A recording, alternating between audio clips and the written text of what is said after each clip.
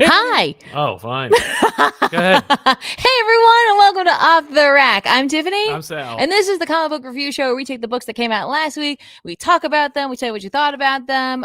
We read your super chats. We talk about the news and reviews, sometimes at the top of the show.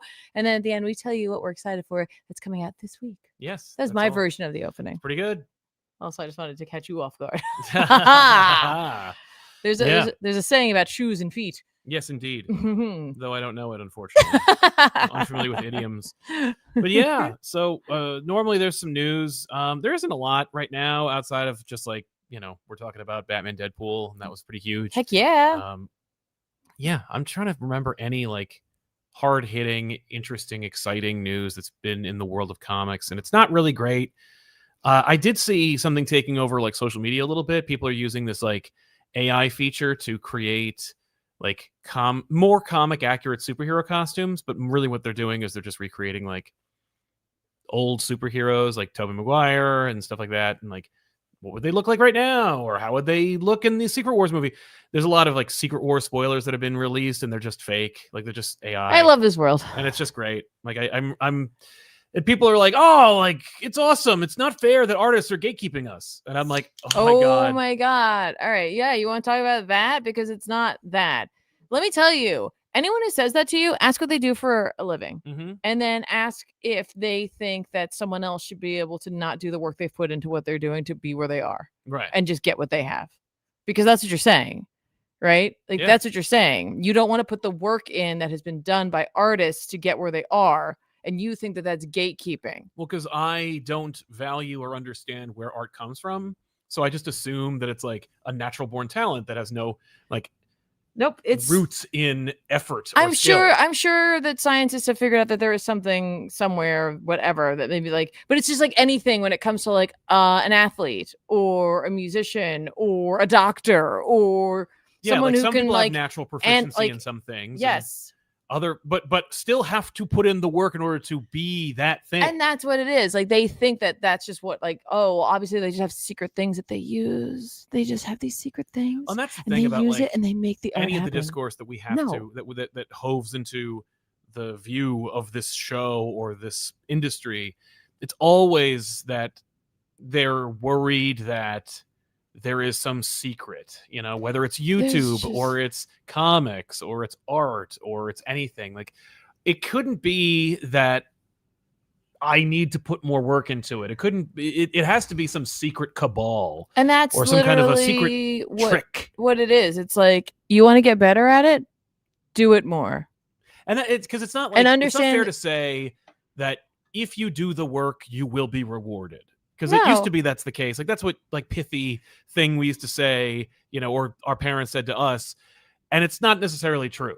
No, but like theoretically, a lot of people who do art, they do it because they want to do art, right? Because they enjoy doing it. They enjoy the creative process. There's something about bringing something into the world that that they worked to do.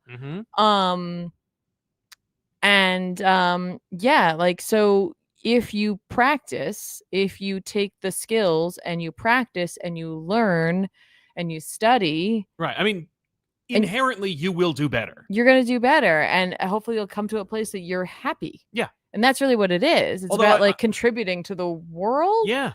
And not just stealing crap. Though I've never met an artist who's happy with what they've done. I actually have met a few who are like, I've nailed it. Like I'm at the place like, I'm really happy with this one, and I'm just ready to move on to the next one. Yes, no, that's true. Like I've seen artists who are satisfied with the things they've made, but I've never seen an artist say to themselves, I think I'm good. I think I've made it. Yeah, I think I'm content with what I've done and where I am. It's true. But like the AI thing, really, like anyone who says that artists are gatekeeping, get out of here. Right. Get out of here. There is no argument to lose or win. You're just saying a bunch of nonsense. You're basically just doing the social or intellectual equivalent of blowing air in my face. Yeah, like you're just saying words you heard other people say that by people who were in a position who like were without and like should have been allowed to have share in something. Yeah. And you think that it applies to you. Right. And it doesn't. Well, just know that like if you want to get into the space of comics, if you want to make art for commercial purposes in serialized fiction that is the world of comics, Number one, you'll never be accepted as an AI generator over an actual, skill set artist. Mm-hmm. And would you be satisfied reading a book No. that was filled with art that was generated via a machine learning system? No. Just like we just went to the MoMA. We did. The other day for your birthday. We did. And if there was a wing dedicated to art generated from a machine, outside of it being some kind of a computer expo, right? Like I've taught a computer to draw, that's one thing. But if it's just like, no, I'm going to the museum to enjoy art. Like I actually saw someone complaining. It was a TikTok of a bunch of idiot children who were complaining about the blue piece. The one we saw? The one we saw specifically. Oh. Where they were like, this ain't art. And then just them being completely enflammé in the comments. And I was like, that's great. But like, I think it is part of a fundamental misunderstanding. Like as with everything, as with every root cause of strife, woe, and frustration in this world, it comes from a place of ignorance. Mm-hmm. When you walk in that room, I remember when we walked into that wing, it looked like there was a block of blue in a frame. Yep. I didn't even have the initial reaction because I know enough about color, thanks to you, that like I was like, oh, that's interesting. And I went closer and you could see all the effort that goes into it.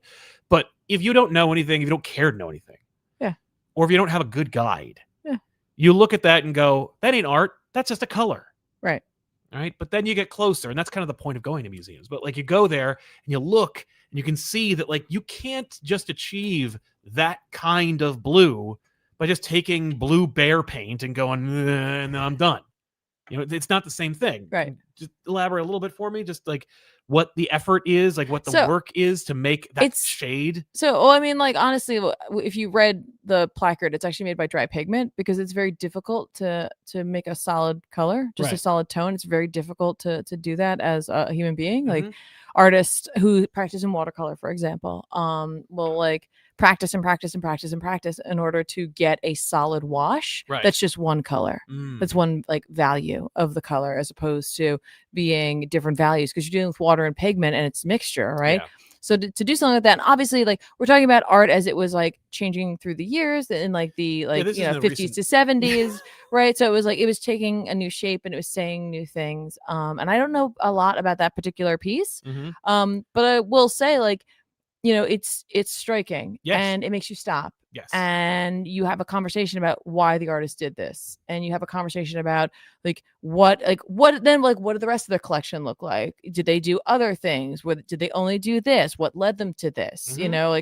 What's the meaning behind this shade of blue for them? Right. And that's the type of conversation you can't have when it comes to machine learning, to a machine making it.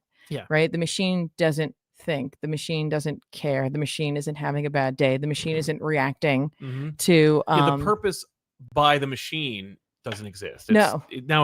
One could make the argument that the machine is a tool, an extension of the artist, right? Same way that like a paintbrush is an extension of the artist. Well, then you might as well just go ahead and use Procreate or Photoshop. You might as well just use like a program that or at least Procreate because Photoshop already has AI in it. So that's very true.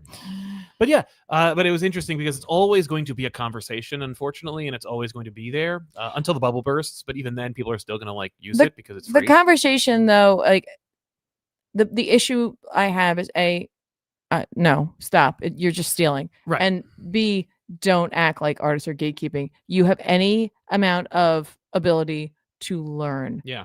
You look at artists and you think like, oh, like people who have like scrimped and saved and like gotten like higher quality materials or tools. They didn't all start with that.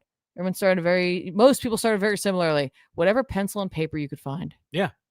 And you practice and you do it. So if you want it, put the work in. Yeah. And if you just want the outcome, then you don't really want it. No. Well, you do want it, but you want it for the wrong reasons. Like, it's also like every issue, like we said, it comes from a place of ignorance, it comes from a place of lack of understanding, a lack of intellectual curiosity, or at the very least, curiosity, right? How did this thing happen? It's why we have the problems we do. But also, I found that, it's a lack of respect for the material, and it is inherent in the instant gratification that we seek. Right. Like we're to quote one of our friends, we are a bunch of Cro-Magnon people. Like we're hardly evolved. Like we're more upright and we have photocopy machines, but we're still essentially monsters. And it was a pain in the ass to take down a woolly mammoth. It took a whole bunch of communication, working. We need language, tools, community building, and fire to do this, and it brought people together. But like once you could like DoorDash a hamburger, that's the end of it. So society is dead. But at the same time, like we've been trained to have instant gratification, and that is kind of antithetical to art. Right, art is not an instant process. Right, and that's what it is. Like, I feel like people who are creating machine generated imagery, right, you hesitate to call it art, aren't doing it because they're like, I want to add to the world, to the zeitgeist. Yes, they are doing it because they want other people to tell them how great they are. Yeah, and I'm like, but you find that every time that like the search prompt that they generated is co-opted by another purported AI artist. Yep. But yeah, all of a sudden, hey, that's mine, and it's like, well, it never was. And I'm sorry you were devalued, but you did the same thing when you. But that's different. Did it? Yeah, well, because it's me. Yeah. But yeah, it's an issue. It's an ongoing problem. It's an ongoing conversation. Because of the nature of society today, it will reach critical mass quicker than any other conversation. Like they always talk about, like, oh, this is like saying that you're a horse salesman during the invention of the automobile, and it's like, number one, is that what they're trying to say? That is one argument I've seen purported online. Though again, these are strawman arguments. These are without value. These are without intellectual like consideration and curiosity. But even then, we still have horses, and even then, it is not like the quantum leap that is like a necessity like transportation. The argument there is not the same when it comes to art, and anyone who tries to use that is just trying to defend their own theft. That's exactly right. Because the fact is, it's like you can use that argument when you come to, the shift up in labor. Yeah. Right. Like that's where we're really going to see that, right? Because the horse being traded in for a vehicle is a beast of burden being traded in for a mechanical beast of burden. Yes. Right. Not how like but horses gifted us, these like intellectual, like, cultural, like, considerations and conversations, right? I mean, they do in as much as like you have a pet. And I'm not saying like, I'm like, listen, like we don't get rid of horses. Like horses are lovely and they're beautiful beings who should be, and they're allowed expensive to be free to maintain, and like a car. Right, they should be out there and free and running around and doing their horse things, right?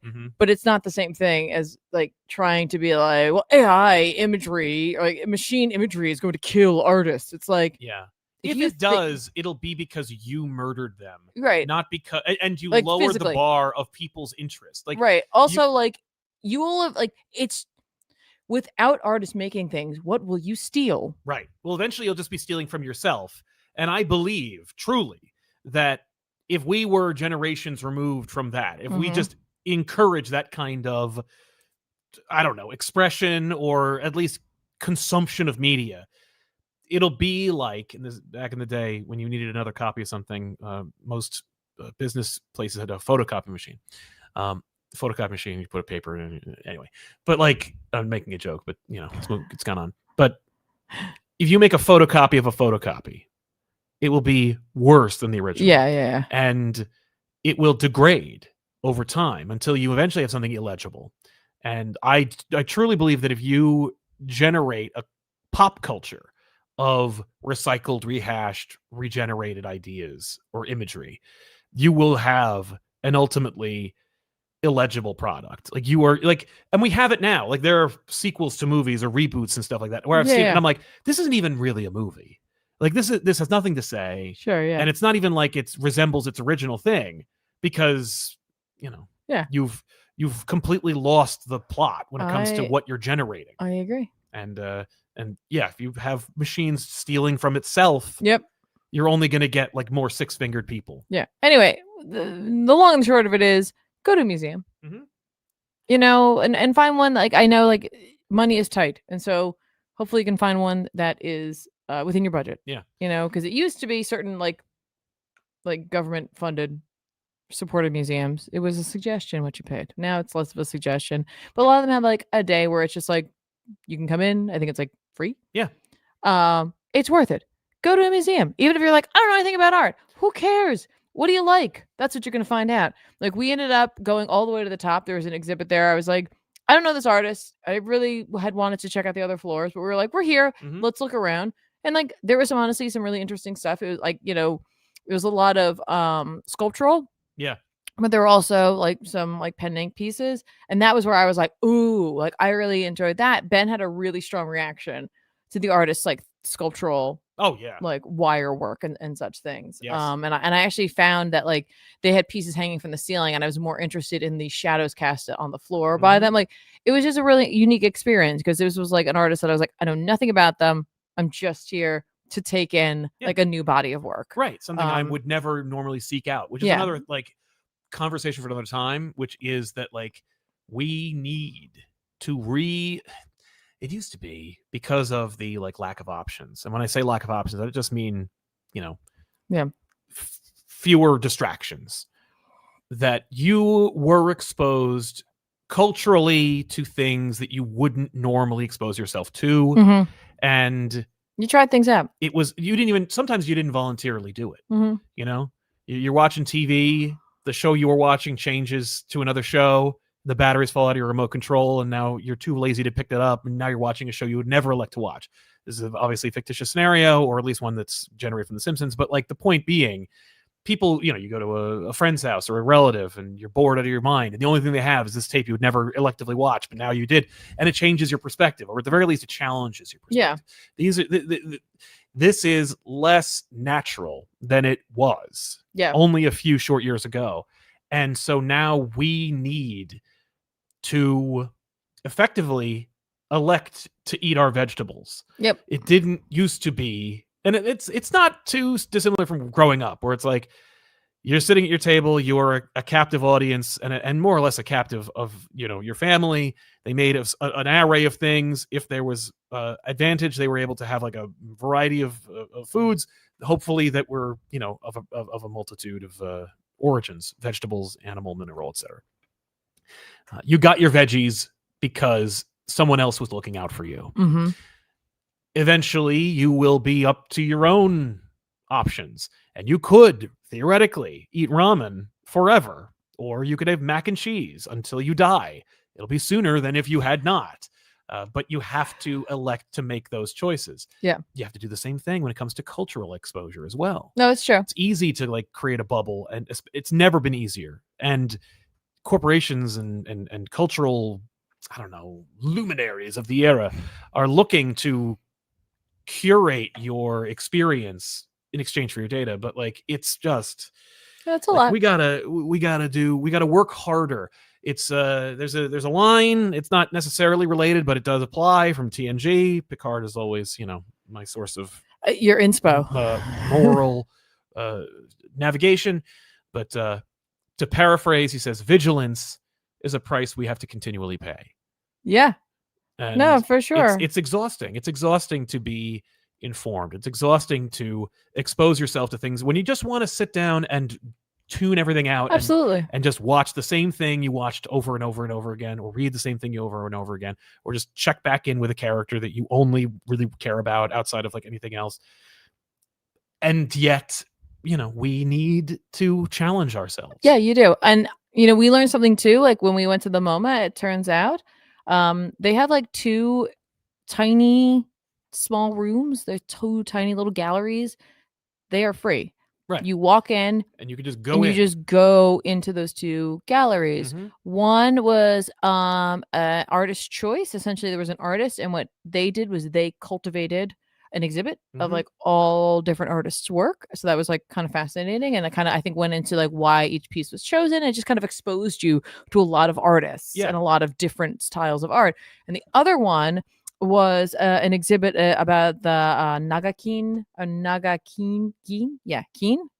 towers, the capsule towers in Japan. No longer with us, but so it's like it was like check out like how it came to be and like see the floor plans, and then they had one of the capsules there. You couldn't go in it because you could lean in, you could look in, but you could like it was like right there. Yeah. And it was fascinating. I think that really captured the imagination of a lot of like Ethan. Ethan definitely was like. I think anyone who went in there was like, this is kind of neat. Yeah. They built this tower made of capsules, and it's Nakagin. That's what was wrong. I was like, I'm doing it backwards. Something's wrong. Nakagin. But inspired clearly by 70s neo-futurism. Yes. And it couldn't look more 70s dystopian. Right. It tried.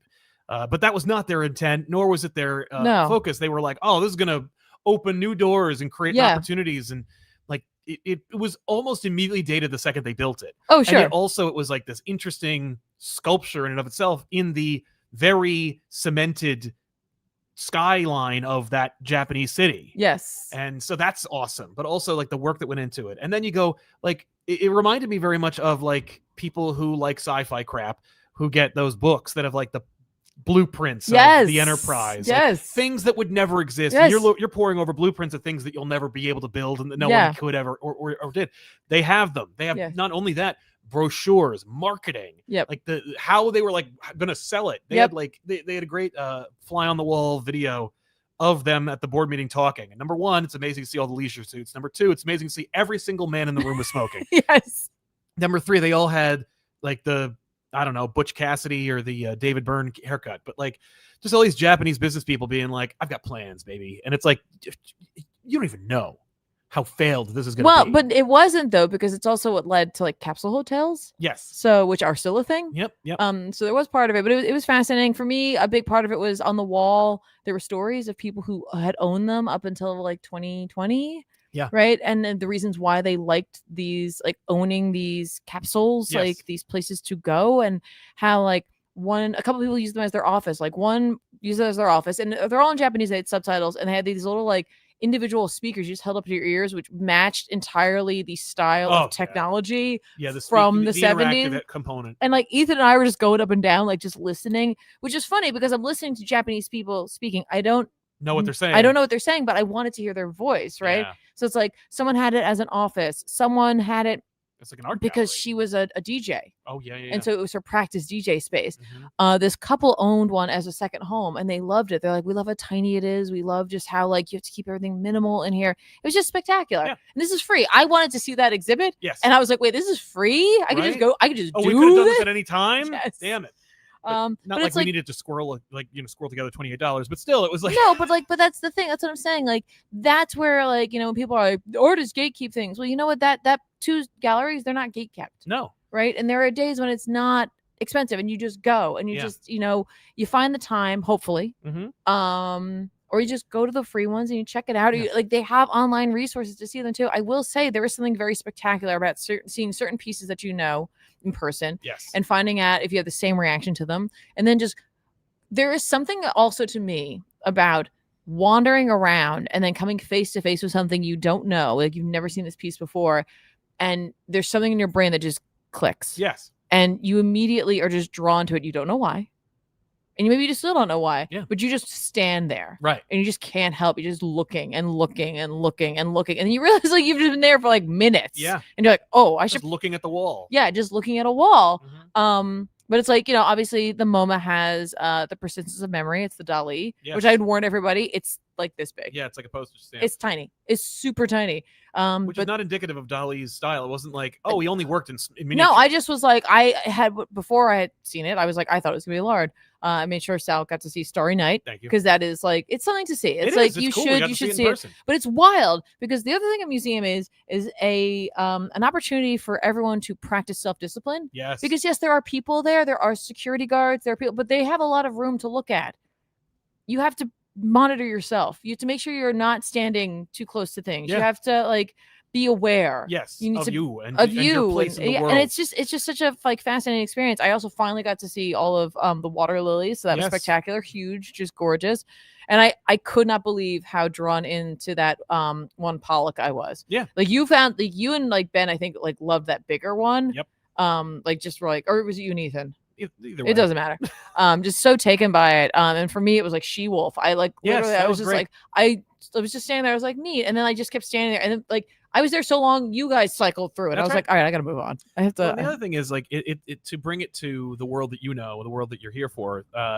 It's not too dissimilar from like having an experience in a comic book where like you pick something up for the first time. Yeah, and you don't know why. You don't know why, but like you're drawn into it, or you're looking over a thing that you dismiss as, you know, commercial, disposable, and serialized. And for whatever reason, this time you see something that was never there. Yep. And it changes your perspective, or you read something. Of course, comics are amazing, a marvel, if you will, lowercase, that is a blend of art and writing. Yeah. It is like the dictate, you know, sometimes it's, you get a Daniel Warren Johnson, but even he has a Mike Spicer who helps to like elevate the work. Yes. But you'll find that like having that perspective, the perspective we're discussing, that even if like you live in, you know, the middle of Montana and there isn't a, you know, cultural center for you to really pour over, number one, there are like virtual tours, but more, number two, if you're a comic fan, you can have that similar experience, or a similar experience, by just pouring over a work that you wouldn't normally seek out. Yeah. Or at the very least, watching a podcast on YouTube that you wouldn't normally check out.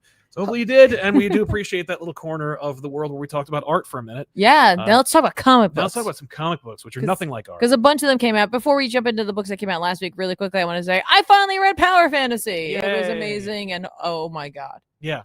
I can definitely see how this could end in like a few issues, yeah. But I could also see how we could want to keep going. Yeah. So it's just a great book. Yeah. It's just such a good book. Jeez. So you got a chance to read the new Twilight Zone. I sure did. Which you enjoyed the first issue of. Now, yes. The idea is that each issue is kind of like a different episode? Yes, it's different episodes, so it's different teams. Yes. This time it is a single individual. I think it's Tom Scioli. Oh, yes. Yeah, I don't remember if it's Scioli or Sicoli. I don't. It's Scioli. Yeah, Scioli. Scioli? Okay. I would say. Fair. And listen, like, this is called The World of Your Wildest Dreams, and it's a sci-fi one. Oftentimes, it's such a Twilight Zone it's title. such a Twilight Zone title. Often Twilight Zone did deal with like science fiction as well. It was often very science fiction related, right? But sometimes there were like scarier things, like or more jump scare horror kind of thing. Yeah, like if I can ding this comic for anything before I launch into like the fact that I actually enjoyed the story, and this feels exactly like a Twilight Zone episode, right? Where it's like there's a lot going on. It has this like pseudo 60s feel to it, like the spaceships look like from the 60s, like everybody, like this way space travel seems to be working is kind of a mixture of modern, or at least like 70s because of Alien, and then like 60s.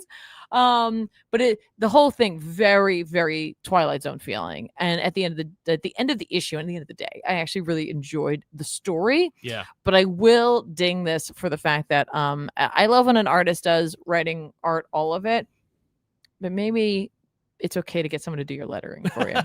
Because I gotta tell you, I think the lettering really almost pulled me out of this. Yes. So if you pick this up and we're like, oh my God, the first few pages, there's choked with words, caption boxes, and word balloons, and all of those boxes and balloons are just full. So admittedly, the first page, obviously we're doing the introduction, like you're supposed to read it in the voice of Rod Sterling, you know, it's like it's that, right? It's supposed to be that intro to the episode.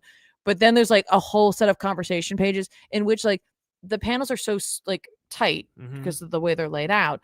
Word balloons are over characters' faces. You can't even see the characters behind them. Comics 101. Like, you got to be careful with that. You got to know that kind of discipline. And like, you know, maybe we're doing this on purpose to make it feel like something older as well, you know, before like lettering became more of an art as it is now.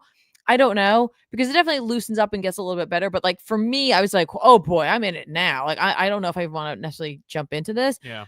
But much like we were talking about, how it's like you need to, try these things Try out. things, yeah. I'm really glad I did, because like this is a really interesting story, and I really kind of loved the end of this, because it definitely makes me think of other like Twilight Zone or classic sort of like stories from that time period that have like been told over and over again, like To Serve Man and all that stuff, right? Interesting story. Group of like space explorers go out, a bunch, like we're sending people out all over the place, right, just to see what we can find, like obviously like to bring back resources, but really it's like to see if there's like life out there. And they find this planet, and like they realize pretty quickly that it feels like the planet is like responding to things that they're saying or thinking. Where it's just like, oh, nobody ever finds life on these things, like this, that, or the other thing. And like the last thing one of them says is like a bush, and like they find like a bush. And then like they find like a little animal, and then like they find like somebody says something about like a moth, and then like there's like a big moth creature, and they're like, we should go. We should not be here, right? And then like one, like as they're trying to like drive back, like there's like 5 of them. One guy who like was like set to wake up earlier to like maintain everybody's like pods and stuff like that, who's like, he's just like short-tempered, kind of more action oriented. Everyone else was a little more like scientific, like they're analytical. They're there for that type of thing, right?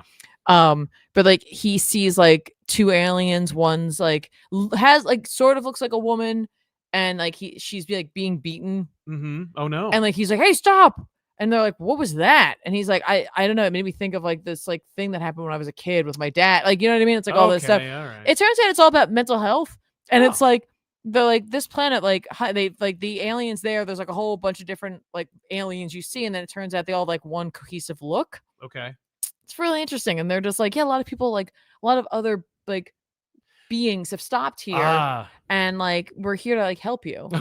And like the end of this, I'm not going to spoil it if you haven't read it and you have any interest in reading this comic. The end of it, to me, I was just like, did it happen? Or did it not happen? Or what? Like or did like it all happen and it still like, I don't like this actually called into question. So it's like classic Twilight Zone ending. But like I said, like I do wish the lettering had been a little stronger, or maybe we didn't have quite as much dialogue right at the start. Like I know we needed to get all of that expository dialogue going so that we understand, because it's like we're dealing with a one issue, like a one episode. I completely get it. But like that was just such a turnoff for me initially. But I'm glad I pushed through, because inevitably I liked the story. So really good. I am like the next one, like the image for it, I was like, I can't even fathom how this is going to end up being like a Twilight Zone episode. Because I've never seen anything like this. And honestly, it looks like Elden Ring. It looks like, you know what I mean? Like there's cool, something about it. Good. Play with the license a little bit, For sure. So looking forward to it. Well, I read I don't know what issue this is. I mean, I know it's issue 4, but I don't know like how far along the Predator-verse or Predator Kills the Marvel Universe is going. But we're assembling our team. Spoilers, it's the team who have all already appeared in previous Predator versus stories from Ben Percy. This is, of course, written by Ben Percy with art by Marcelo Ferreira and Daniel Picciotto. It's the Predators are making quick work of the Marvel Universe until the characters we've already established show up. Nightcrawler and Wolverine are working together in tandem to try and stave off the Predator, the Yautja assault. They team up with Spider-Man. They bump into Black Panther. I mean, presumably Wolverine and Deadpool are going to be their biggest issues. Right. Deadpool, no. But Wolverine, sure. Why not Deadpool? I don't know, because I don't think Ben Percy wants to deal with it. Oh, okay. But he certainly doesn't want to deal with Doctor Strange, Deadpool. I'm sorry, Daredevil, the Vulture, Green Goblin, because they're all killed by Yautja off panel and strung up over the archway. That I can't in the park. I don't remember where it is. Oh, the Triumph. Yeah. I know what you're talking about. It's the opening page. Is just like, here's a bunch of other another bunch of Predator versus crossovers you'll never see and that don't matter because it's not about this. And I'm like, also Sue is the lone survivor of the Fantastic Four. She's doing her best to like trying to take down the Yautja. Yeah. And meanwhile, the Weapons Plus program has activated the Predator X that they're going to use to dispatch their predators. They're like, we need to kill the Kraven because he's the key to all of this. And that's the story. It's just kind of like, okay, the arts shift is not terribly noticeable. Oh, It's good. not like it's just Yeah. They blend well together. They both would do a fine job on one issue. That's It's odd great. No, they're that's doing good. double duty. I dropped off this book, and Yeah, it's that's really fair. just because it's not like any sort of indicator of like writing or anything like that. It's just it turns out I just don't like that style of book, and I just wasn't looking for it right now. Yeah. It's like I'm not here for it. Yeah, I understand. I don't either. I like it well enough, but like I don't like it. But I definitely understand that like some people like this is something for them. Like there are things that I like that people are like, why would you like that? Sure, and I'm like, so like I am not judging. I'm just saying like the reason I dropped off of it wasn't because I'm like, this is bad. I'm just like, it's not for me. And this is one of those where it's like I did I tried it, exposed myself to it, and I still was like, I don't know. No, I think it is bad. I learned something about me. My issue is that Predator Versus is a fun concept, and it's certainly worked well in the past, or at the very least, it's worked to some acclaim. Yeah. I would like to have seen more. I think that when they got the license, when we saw like the ideas, when Marvel first unveiled that they had the Predator, and they were like doing all these different variant covers that teased crossovers. Yeah. And then all they did were a couple, and they're all in the same universe, and that universe is not the main Marvel universe, and it ends with most of the Marvel universe getting killed by them. It's kind of like, so famously, or only if you're a fan of the channels, if you watched our back issues on like I think Predator, Spider-Man, and all the other Versus stories we've done, we thought Predator versus Daredevil would be awesome. Predator versus Punisher would be cool. I feel like if you have them killed by Predators off panel in a bigger, more bombastic, albeit alternate reality story, you kind of go, oh, well, then really what's the point of doing that? Like if you do a Daredevil versus Predator story, it's like, oh, well, I know what would happen. He'd be killed by the Yautja. It was really easy for them. There was no reason to even get into it. Right. So, this is kind of a bad book because it's diminishing what could be. Right. And the thing that it's giving isn't nearly as rewarding or as contributory as what it could be, which is always the frustrating part about any kind of intercompany crossover or interproperty crossover. There's a sequence where Yautja like literally puts on Frank's t-shirt. And I'm like, and that's like the biggest criticism of this book by a lot of people I've seen is like, is this a joke or not? And I'm like, I appreciate the idea of like doing like a kind of Army of Darkness or even like a, I don't know, Cabin in the Woods style irreverent. Yeah. Like the people here are deadly serious, but we here outside can laugh at it. Right. But like, I don't find any of it funny, and I'm not really having a good time. Okay, fair. I would love to hear your opinion on Nova. I did. I read Jed McKay's Nova. I did. I read Jed McKay's Nova. I had to give it a shot, right? I had to like see. I'm like, is McKay enough? Right.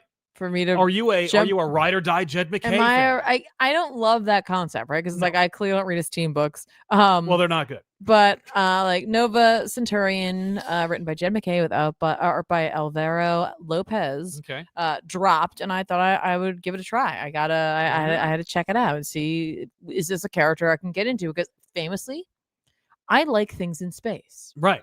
But also famously, I don't like reading space comics. Yeah. For the most part. Like, I just don't care too much about, like, DC cosmology. I don't care that much about Marvel's cosmology. Like, you almost never see me reaching for those. No. And I don't know what that is. I'm like, I like Star Trek. I like Star Wars. Yeah. I'm reading Event Horizon, which I think is great. Yeah. Like, I like these things. And yet, for some reason, yeah, in the big two, I'm just like, nah. It's funny. I read an interview or at least a comment from Jed McKay where he was like, I don't either, but I want to try it. Yeah. Like he's never really gone into space. Yeah. And he's like, so this is going to be a fun challenge for me too. Well, most of us haven't. Well, as a creative, like I've never written in space or I've never really gotten a chance to tackle like a more cosmic based character. Yes. No, I understand. Yeah. And so I gave it a try. And, at first I was kind of like, well, I'll enjoy this one issue. Like I was reading through it and I was like, I don't know. By the end of this, I'm willing to read another issue. I'm not saying I'm You're all not sold. in. Like, I'm not sold at all. But by the end, I feel like we're getting sort of Moon Knight isms where it's like we're gonna have a little team. We're gonna have a little team, but these are gonna definitely characters I don't know anything about. Sure. Like occasionally with Moon Knight, I might run across something I'm aware of. Yeah. But I feel like here I'm gonna be so out of my element. And there is something about that is scary and also quite comforting. Yes. It's like space itself. Yes. When you look up at the stars, you're like, how lovely. And then you think about it for a second, you're like, that's terrifying. Yeah. That's scary. Stop. Yeah, I mean, we're dealing with the fact that obviously he's the last of the Nova. He has the helmet that has like all the of Xandar. And he's got to worry about the battery, which has to be charged, which means he needs to make money. And so he ends up he has to make money. Yeah, in order to pay for it to keep it running, right? Why doesn't just say the oath? What? You just described basically Green Lantern. Oh, okay. Well, he has to keep it like powered, otherwise it'll turn otherwise off. It'll die. Yeah, it's not like he can't have like powers. It's just that it will die, and with it, all of that collective knowledge and So yeah, like there's a really like thrilling sequence at the beginning with him shaving. With him shaving, it's just thrilling. Yeah, he's a straight razor. It's absolutely amazing. You never know what's gonna happen. Yeah. With him saving a ship that's like a cruise ship. Sure. Like a space cruise ship. Okay. Like the Fifth Element. And he does like he uses his smarts to figure out how to fix it. Where it's like we're gonna use a bunch of the battery power. We're gonna make a gate. We're gonna make our own gate. We're gonna get them out of there, but the ship can't go fast enough. They're being pulled into a black hole, and he's like, "That's fine. We're going to tell them to cut the engines." And just start drifting towards the black hole, which will get it up to the velocity it needs to. And at that last second, boom, they'll be gone. They need like twice as much velocity to break free of the gravity of the They're black not. You got to open the gate behind them as they're being pulled backwards. That's fun. All yeah, right. it's actually it's thrilling and joyful. I'm like, this is fun. Yeah. So then he goes inside. Everyone's like, yay, awesome. He takes the helmet off and he's like, listen, like, I got to keep this helmet running. So I hate to do this, but I'm going to pass the hat around if you could give me any money. And everyone's immediately like, ew, tacky. All these rich people are like, that's gross. That's because he's from Earth. And immediately everyone's like, boo. And I'm like, this is so real. Like this guy just like worked his ass off to save you. Yeah. Like, at the, risk of an entire culture and himself. And you're like, but I'm thinking I can't afford now. to give him $5. And actually you're bad for making me feel bad. Yes. So he goes to the bar. The ship essentially like comps his food and drink. Oh, that's nice. And he's approached by Pip the Troll. Oh, great. So Pip the Troll is going to be joining the Nova team. Joining the Nova team. Nova. But he's just scummy. Yeah, well, yeah. And Pip the Troll is basically a Ferengi. Which I'm like, I know Pip the Troll in name alone, basically. He was in Annihilation and all of the Adam Warlock stories. Oh, yeah. Every Infinity story we've done. I don't think you were on any of them. No. Someone said it's Ethan's favorite character. Yeah, Ethan hates Pip the Troll. Yeah, so he's going to hate this. And so, by the way, played by Patton Oswalt in the MCU. That's I can't wait to right. see him and Harry Styles team up. Yeah. I'm sure that'll happen any day. No, but it's just Pip. Pip's offers to be like, listen, you heroes are too like good to be able to figure out how to make this work. So you need to do it where it's like you have a contract first, and then. So there's Oberon from the like classic like DeMatteis and Giffen and Maguire of Justice League. Yep. So he's gonna do that. Okay, he's his agent. He literally he calls himself that. Yeah. He's gonna take 10%. Okay. And so then we fast forward to like 3 months later. It's been working out well enough. Yeah. And there's another member of the team who I don't know at all, and that's fine. But essentially, like he gets hired. He's just go like there's a free consult, or there's a pay ahead consultation thing. You can always say no to it, but it's already been paid. You got to go. Right. You have to go do this. And he's like, who's the client? And the client is the war. The client is the Kree Skrull War, who is one of the 5 like gangster families in space. Okay. They call themselves the Kree Skrull War. Or they call themselves like often known as the War. It's they're led by a Kree and a Skrull. They're bonded. Okay. The two of them presumably or seemingly met on the field of battle. He's a Skrull, she's a Kree, but they wear each other's uniforms. Okay. So like That's she's fun. a Kree wearing a Skrull uniform and he's a Skrull wearing it's like interesting. Yeah, it's baffling. And so essentially like they were robbed and like because he's like here's the thing, let's save ourselves some trouble. You're gonna pitch me something I don't want to do. I'm gonna say no, I'm gonna leave. I'm gonna get paid thank you so much. And Yep. they're like, well, hold up. So here's what for happened. our time. We got robbed, and what they stole was Mysterium, which I was like, oh, Hey. oh, okay, you have my attention. Yeah. Because that is from Krakoa. Yes. Right? This is the currency that they created. It was the metal that the mutants created. And since they're not doing that anymore. Oh, it's in short supply. It's in short supply. Even more exactly. valuable. Exactly. And so it's revealed that Camille Benali. Okay. I don't know that character, but I will learn about that character, I'm sure. No doubt. Who like Richard does know. Okay. And he's like, was like an accomplice. And so he's like, all right, I'm in, but I get her as payment. And I'm pretty sure I know who the bad guy is, right? It's like who the thief is. And so we're going to find out more about that going forward. So it's like, I'm not going to ruin it because the first issue just came out. And I see a lot of people are like, I didn't see that came out. So I don't want to. Oh, yeah. So interesting. Like I said, like, I don't know if I'm going to stick with this one. Yeah. Quite like I did with Moon Knight. And again, because like, at least with Moon Knight, there are locations, there's magic, there's things I'm more aware of. This I am in the deep end of the pool. Oh yes. I just dove right in. Yeah. Wanted to see. Well, it's nice to see that Dick Ryder's getting a would you stop? A book again, because he deserves it. Yes. At least, great. He has yeah. Thank you. Keep up Night Thrasher. I read Captain America #5 from Zdarsky and Skeety. This is the final chapter of this arc. Oh my goodness. And then it's going to continue with another arc with another creative team. Well, another art team for the next arc. And then Skeety's already working on the next one because Zdarsky writes like he's already on like issue 13 or something. He and I chatted about this and more. That'll be coming out in the next week or two. Nice. Over here on this channel. By the way, as a quick aside, we should mention the show is brought to you by tomorrow's live stream with Joshua Williamson and I. We're going to be doing live. So we're going to be taking your questions, your comments, and your suggestions, and all kinds of other thoughts. You'll be going live. I'll be going live with Josh. It'll just be the two of us chatting it up and hanging out with you from about 10 a.m.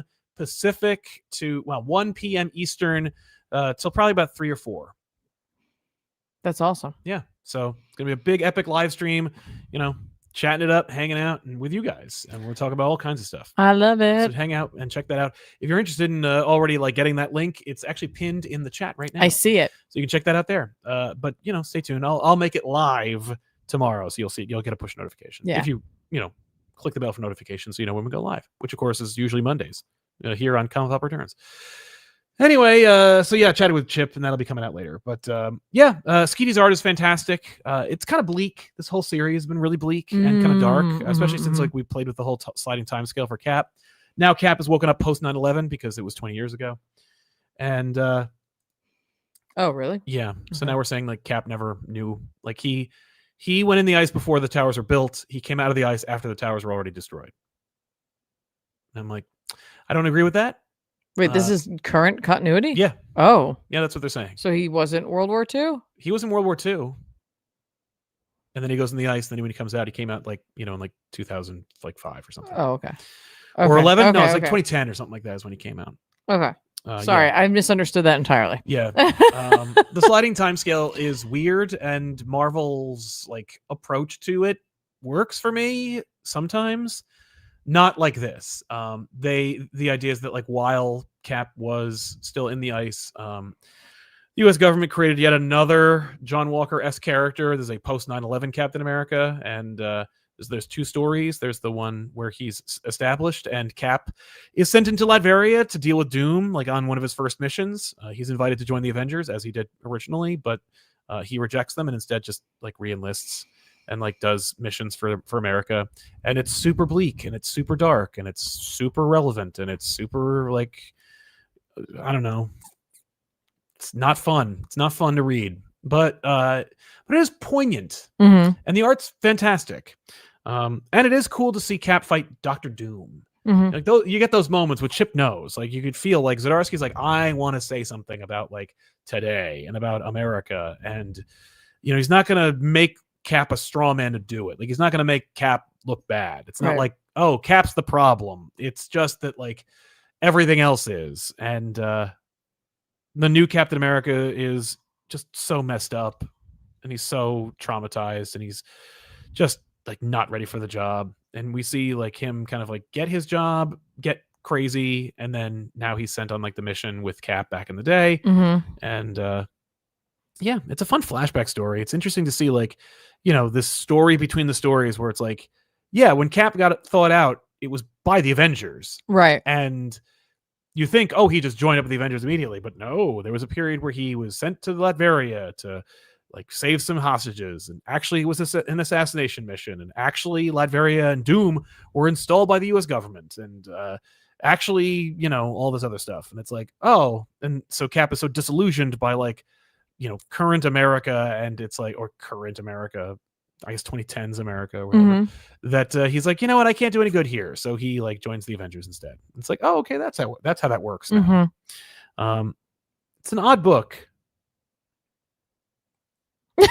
Anyway, I don't dislike it. I just didn't expect us to like end there. I thought there was more to that sentence. So I'm just like, no, it is bleak. Yeah. Okay. And okay, like, I get it. Maybe it's irresponsible to have like a positive Captain America book right now. Fair. But also, like, does everything have to be bleak? Well, that's what happened. Okay, so here's the thing, right? We're talking about artists earlier. They're all like people who write and draw comic books are artists, yes. Right? And it's just like they can't help but they feel and they can't help but react to what's going on around them. Yeah. Makes me worried about Armageddon. Not that it will be bad. I don't think it'll be bad. I thought you meant like in general. Yeah, Armageddon. I was like, that's fair. I mean, yes, you should definitely be worried. What? Yeah. No, the big Marvel event that's written by Chip Zdarsky. Oh, that's coming out. Okay. And then you read this. I don't have the stomach for it anymore. So One World Under Doom, Chapter 9, the last issue. Yes. Came out. And forgivably. And I gotta tell you, like, this book has been like I really enjoyed it. I enjoyed it. Like, I was on a for sure a roller coaster ride, and I gotta tell you, I was on a roller coaster ride with this issue. Interesting. Because I feel like I think Ryan North, because it's written by Ryan North with art by R.B. Silva. Yep. Great. I nailed it. I feel like North has a couple of story ideas in here, and one of them I really like. The other ones I think are there. I don't know why. I don't know if it's because like he's doing something in Fantastic Four. Right. I don't know. But there is something in this that I really, really, really enjoy. Yeah. And this issue like highlighted it, and so there's like a set of pages in here that I was like, this is great. Yeah. This is great. And then the end of it, I was like, oh. Yeah. Well, because he's also writing Fantastic Four, so he needs to set up the next thing. And of course, it also is connected with Armageddon and what's going on. Right. So, and so, like, full on spoilers here, like, it's like Doom dies. Yeah. Right. But it's in like a dope way, which I'm going to get into. Okay, I come on and talk about the stuff I didn't like before I talk about the stuff I did like. Sure. Right. So the stuff I didn't like was like, we get like a recap of like people around the world and how they feel about that. I'm like, all right, cool, whatever. Yeah. The last scene is between Reed and Doom, and it's like entirely focused on like Reed just being like, yep, I was right. Like literally just being like, actually, everything's worse than it was beforehand. And I'm like, why are you sitting in your lab? Do something about it. Like, what? This book did nothing to make me a fan of Reed Richards. This Reed Richards, like this version of Reed Richards in this specific book is just an ass. Yeah. Like he's just sitting in his lab and he's just like, everything's worse than it was before. Yeah. And like, it's all your fault. And I'm like, do something about it, Reed. Right. Well, I'm not allowed to because the world is worse. Because Doom is a stand-in for like podcasters and stuff. Right. But it's like, but we're reading a fictitious world. Yes. And like you sitting by like that when you are in the position you're in, because you're in the position you're in. Yeah. You have incredible wealth. You're incredibly smart. You are a public figure. Yes. And you're doing nothing. Right? Can't stand it. Additionally, he talks nothing about a very intense aspect of this book that happened earlier in this issue. He mentions nothing about it. Okay. Like nothing. Like last issue, Valeria died. He doesn't talk about that with him at all. Right. And I'm like, well, did she really? Yeah. Oh. Like she basically did. She was dying. Oh, okay. Anyway, and so like, what does Doom do? Doom's like, Doom still holds to the fact that he's just like, he does mention Conquerors because I feel like North was like, oh no, did I make too good a job of like Doom being effective? Because that's the thing too. No hero learned anything from this. No. And that makes me so sad. Yes. Because this was such an opportunity for them to be like, we need to try a little harder. Like we need to keep doing what we're doing, but maybe there's other things we can do. Yeah. That like help more people. Because I remember like, during the Bendis era, how like, even though you knew, like, in your heart of hearts that, like, they can't change everything, Yeah. you felt that change was happening. Like when they created the 50 state initiative, or when they were like, Sure. when the heroes were like creating different, like when Luke Cage was like, we're going to go to different cities and do this, and it was only one issue, and then you thought, oh, that was going to be a thing, and it never was a thing ever again. Like they did this work that allowed you to think or create the illusion that like change was coming, or at the very least that like they do something about the world outside your window. Yeah. No, I the way I don't like, that's why I feel like, to me, there's like there's like a bunch of different books going on. Story that wanted to be told, and there's another story that is being told. Like I don't know, like the heroes are written in such a bizarre way, and like there's just such an opportunity. There's just such a it would take like 1 or 2 pages, like right, just to even just one have page, them learn a to lesson. Be like, none of us are agreeing with him. Yeah, but also, I do recognize that like there are some holes in what we're doing. Right. Yeah, and like we invaded, like we really did not come out on top. We didn't look very good at any point right, during like the story. And again, that's not saying that anything he did was correct. Yeah. Other than maybe shed light on what they weren't doing to help. Yes, that's all it took. Like, and that's, but they were like, no, I was completely justified in everything that I did, and there was no bad reason for anything that happened. Right. And so like Doom returns, and like he is like dying, like he is like fading away. Okay. And like he tells, like he goes to see Reed, which is also bizarre to me because it's like North setting the next thing up, and I'm like, that's not who he would have seen. Yeah, I guarantee it. Right. No. And so what he does is he gives Reed his mask, and on the inside of the mask is the last like will and testament of Dr. Doom. Yes. Which says that Reed has to take care of everything. Yeah, he's the executor of the will. Yeah. Okay. Which I was like, that's a fun story pitch. That's fine, but that's like, there's a story, right? The part I really liked. Yes. The part I really, really liked is just like much more in tune to what I often think of Doom, and relates more to Doom and Triumph and Torment. Because obviously in Triumph and Torment, Doom like goes to save his mom, right? And like in doing that, or wanting to do that, like Doom shows that Doom can care. Yes. Right? And this starts off with like, we see like this like 6 panels of just Doom and Valeria, like from when she was a baby to like more like recently, right? And like he, like, it's his narration where he's just like, this is a love story. Yeah. And it's like really sweet. Yeah. Where he's like about like a great king who never let anyone touch him, and a goddaughter who claimed it so easily and so gracefully. Yeah. Right. And it's so cute because it's like, you get to have all the silly moments where it's just like, you know, baby Valeria like grabbing his mask, right? And then like her being like maybe like 3 or so years old, and like Doom being like returning her, or like the like Reed and Sue coming to pick her up, and him being like, you know, Doom demands that children get a good night's sleep, right? Yeah. Or like, you know, her studying and being like, you know, he's like, hurry up, like finish up what you're doing, and she's like, can we have ice cream? Yeah. And he's like, Doom will consider your request. And I'm like, it's really sweet, right? And like you just like see the two of them growing closer over the years, right? And like then to see the fact that it's like, you know, she put herself in harm's way. Yeah. Right? Like Doom's actions cause her death. Yes. But she makes the choice. Right. Right? And like Doom essentially describes it as like, you know, the reason like he never opened his heart up was because like he didn't want to like have this happen, where it's just like his heart was open to her, and now it is broken. Yeah. And he's just screaming, right? It's actually like, it's quite intense. And then we see like we're in like this like floaty ethereal space, and she's just kind of like hanging out there.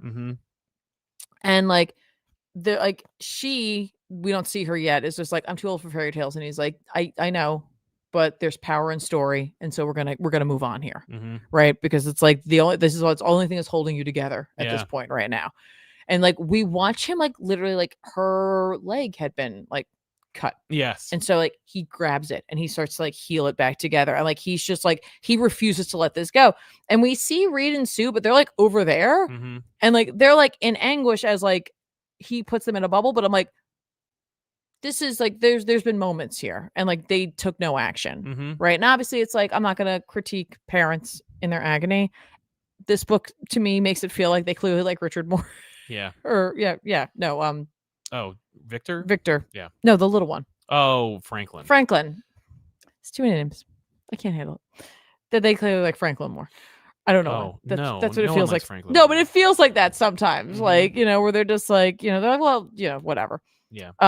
Doom takes her to see the Vishanti, which I was like, oh, someone remembered. That's nice. And like the Vishanti do what the Vishanti do best. They don't Like, care. no. Yeah. They're like, I don't care. And like he's like in this place, the magic is different and it responds to emotions, which I have plenty of right now. Okay. And so like he's like, you will heed to doom. And they're like, no.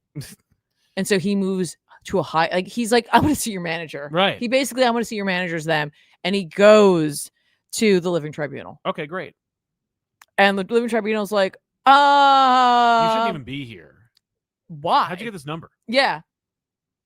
And he's just like, it's fine. Like I'm here and I need you to like, this is Valeria Richards. She's died and I need this to not be like this. Yeah. Right. Which is like, the way he says it is, this is Valeria Richards and she has died and I require it to be otherwise. And I was like, that's good. Thank you. Well done. Well done. And he's like, I don't give you anything. And like, it's funny to me where I thought this book was going within these pages. Cause it's like, he goes to the Vishanti and he's like rage. Right. And then he goes here and he bargains. And I was like, are we going to just watch Valeria not come back and like just watch Doom actually have to face the stages of grief? Yes. That sounds exactly that is not where we go at all. And I was like, oh, okay, that's fine. Because we can't, that's not what this story's about. Yeah. The story's about the other stuff, right? It's about the political stuff. It's about like all the other things. Sure. And but this was the story I wanted. Right. And I feel like North had a lot to say here, right? Yeah. Probably got extra pages too.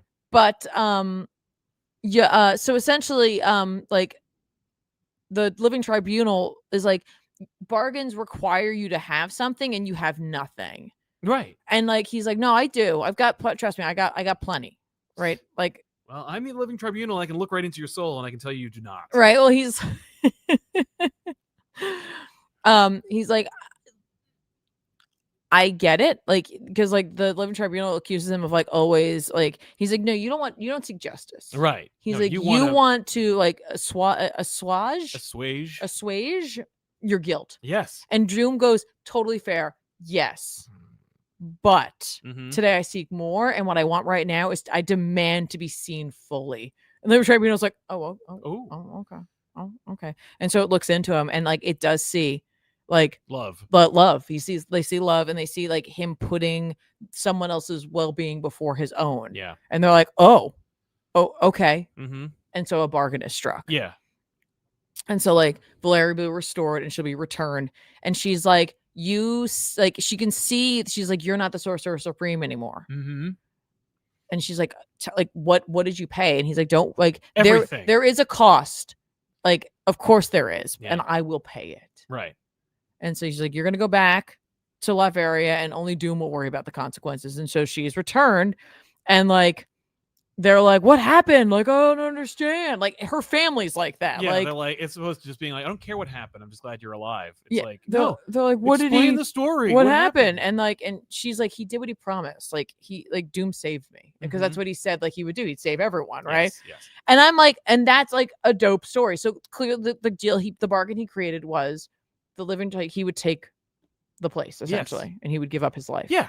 And like, that's it. And I'm like, that's so fabulous. But it's like, Reed at no point like goes like I don't know how to feel when I see you. Yeah. Because like she died because she put herself in harm's way, but like you killed her, but you also gave everything to save her. Yeah. And like he acknowledges none of it. Like no. Reed Richards in this book is just a dick.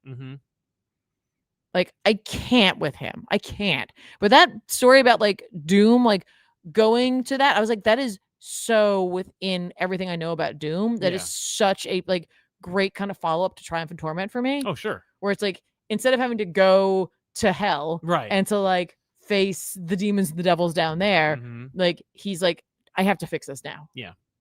And I'm like, this is in keeping with Doom. Totally. And I was like, this is really cool. But this is clearly not the story that what this was really about. Yeah. Which makes me sad. But I really liked some of these elements. And like any of the Valeria stuff with Doom was worth it to me for reading this. Sure, yeah. And I wish the superheroes had gotten something more out of this. Yeah. No, I don't think they will. I know. Cool. Yeah. Well, all right. So it had a pretty okay ending. Yeah. Yes and no, because it's like that's not what this was about. No. But I'm just gonna take what I can from it, and I enjoyed parts of it for sure. Yeah. All right. And then there's Batman Deadpool, which was an epic yarn that includes a number of other stories. I figure we'll go like backwards.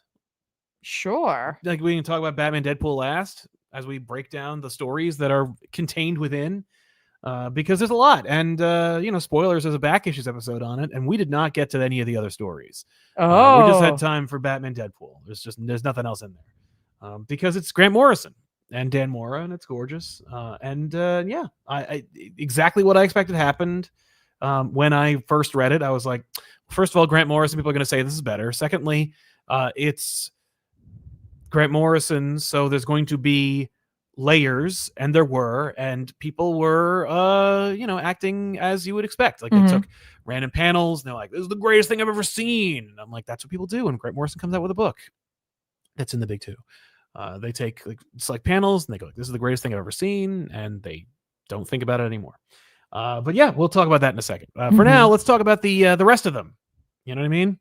And there are quite a few of them, which we have a copy of right here. I was like, where did I put it? Yeah. So I figure we'll talk about the one that everybody wants to hear your thoughts on. Well, I thought you were going backwards. Yeah, we'll go backwards. We'll talk about the static Ms. Marvel story. Go for it. This is from G. Willow Wilson with art by Dennis Cowan. Dennis Cowan, thank you. You were right. You had it. Yeah. You didn't trust yourself. It's true. You must trust yourself. This it's Kamala and Static taking down like a garbage monster. If you really want to like break it down by what the story's about, it is not great. Cowan does the best he can, and I think there are select beautiful moments. There's a really nice like nostalgic image of like Static in his classic look. I forget that they changed the origin, but I also remember they changed it in the New 52. So like, why are you doing that? It's not too changed, but it's changed enough where I was like, oh, it took me out, because I'm like, that's Dwayne McDuffie's Static, but with the new weird bad origin. What? And then also Kamala's here, and at the end of the day, it's all about family, right? Like they talk about like friendship and home. Home is a big thing, and that's kind of fun because they come from two different universes. But also this book, or at least this story, indicates that they're sharing universes, so they're on like 7642, I guess, or whatever. Right. Or not, I don't know. It's very thin. Like it is really just an opportunity to see Static. Well, you only have a few pages. You really only have a few pages. There's like not much there. Usually, when you get to the shorter ones, it's a lot more surface level because there's no time. It does not read like a G. Willow Wilson story. Sure, I mean it's only a couple pages. It is. Yeah. It's hard. Yeah, it looked hard, and I hope that people got something out of it. It was not the weakest of the bunch in this collection. But it is a shame, because I think Static Ms. Marvel could be something. Yes, I agree. They should have made a book. That's really it's a disappointment, because it just makes you think of something that it could have been instead of what it ended up being. But again, it's also rare, and that's implicit with any story we talk about. It's like it's a miracle it even happened. So take that as you will. Harley and Hulk. I don't know who pitched this. I glanced over this one. I honestly didn't read this one. Mariko Tamaki and Amanda Connor. I just didn't like. I reject the premise entirely. Okay. And it's terrible. It's not for you. It's not your taste. It's genuinely, like, you could look at the art kind of and enjoy it, I guess. There's no thought. It's supposed to be like funny and cute. Sure. It's not even cute. Jeff and Crypto's cute. This is stupid. Okay. Again, it's a miracle it happens. I'm so glad it's here. Yeah. It's a waste of time. It wasn't for you. It's a real shame. It's not for you. It's not. I don't know who it's for. I'm just saying, like, you know. But yeah, like Harley's getting a chili dog. Hulk runs through because he's chasing a robot. Yeah. They end up at a toxic waste factory, and hot dogs fall into it, so they become monster hot dogs. Like, it's just like, what are you doing? Like, what is this, a Bazooka Joe comic? Anyway. Yo. Do we have any more of that? No. Oh. No, I chewed it all. You chewed it all? Well, I chewed the last. There was one. Oh, I thought there was one in each of them. You know, I thought so too, but that's okay. It's fair. That's fair. Yeah, there's only a couple. They're still great. Fair. I mean, I could get my own, but I'm not going to. Please don't send it.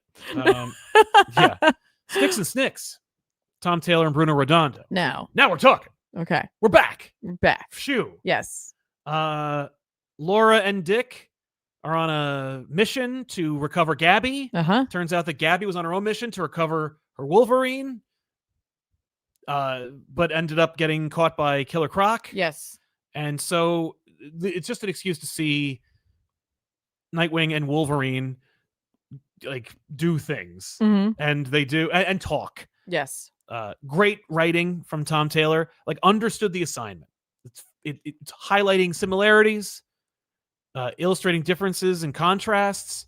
They're both legacy characters who have like stern, grizzled fathers who are both amalgamized into each other.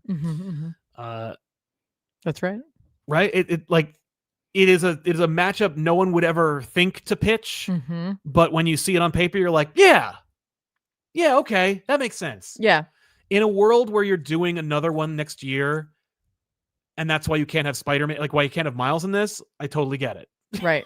Right. Miles and Nightwing, that would be something.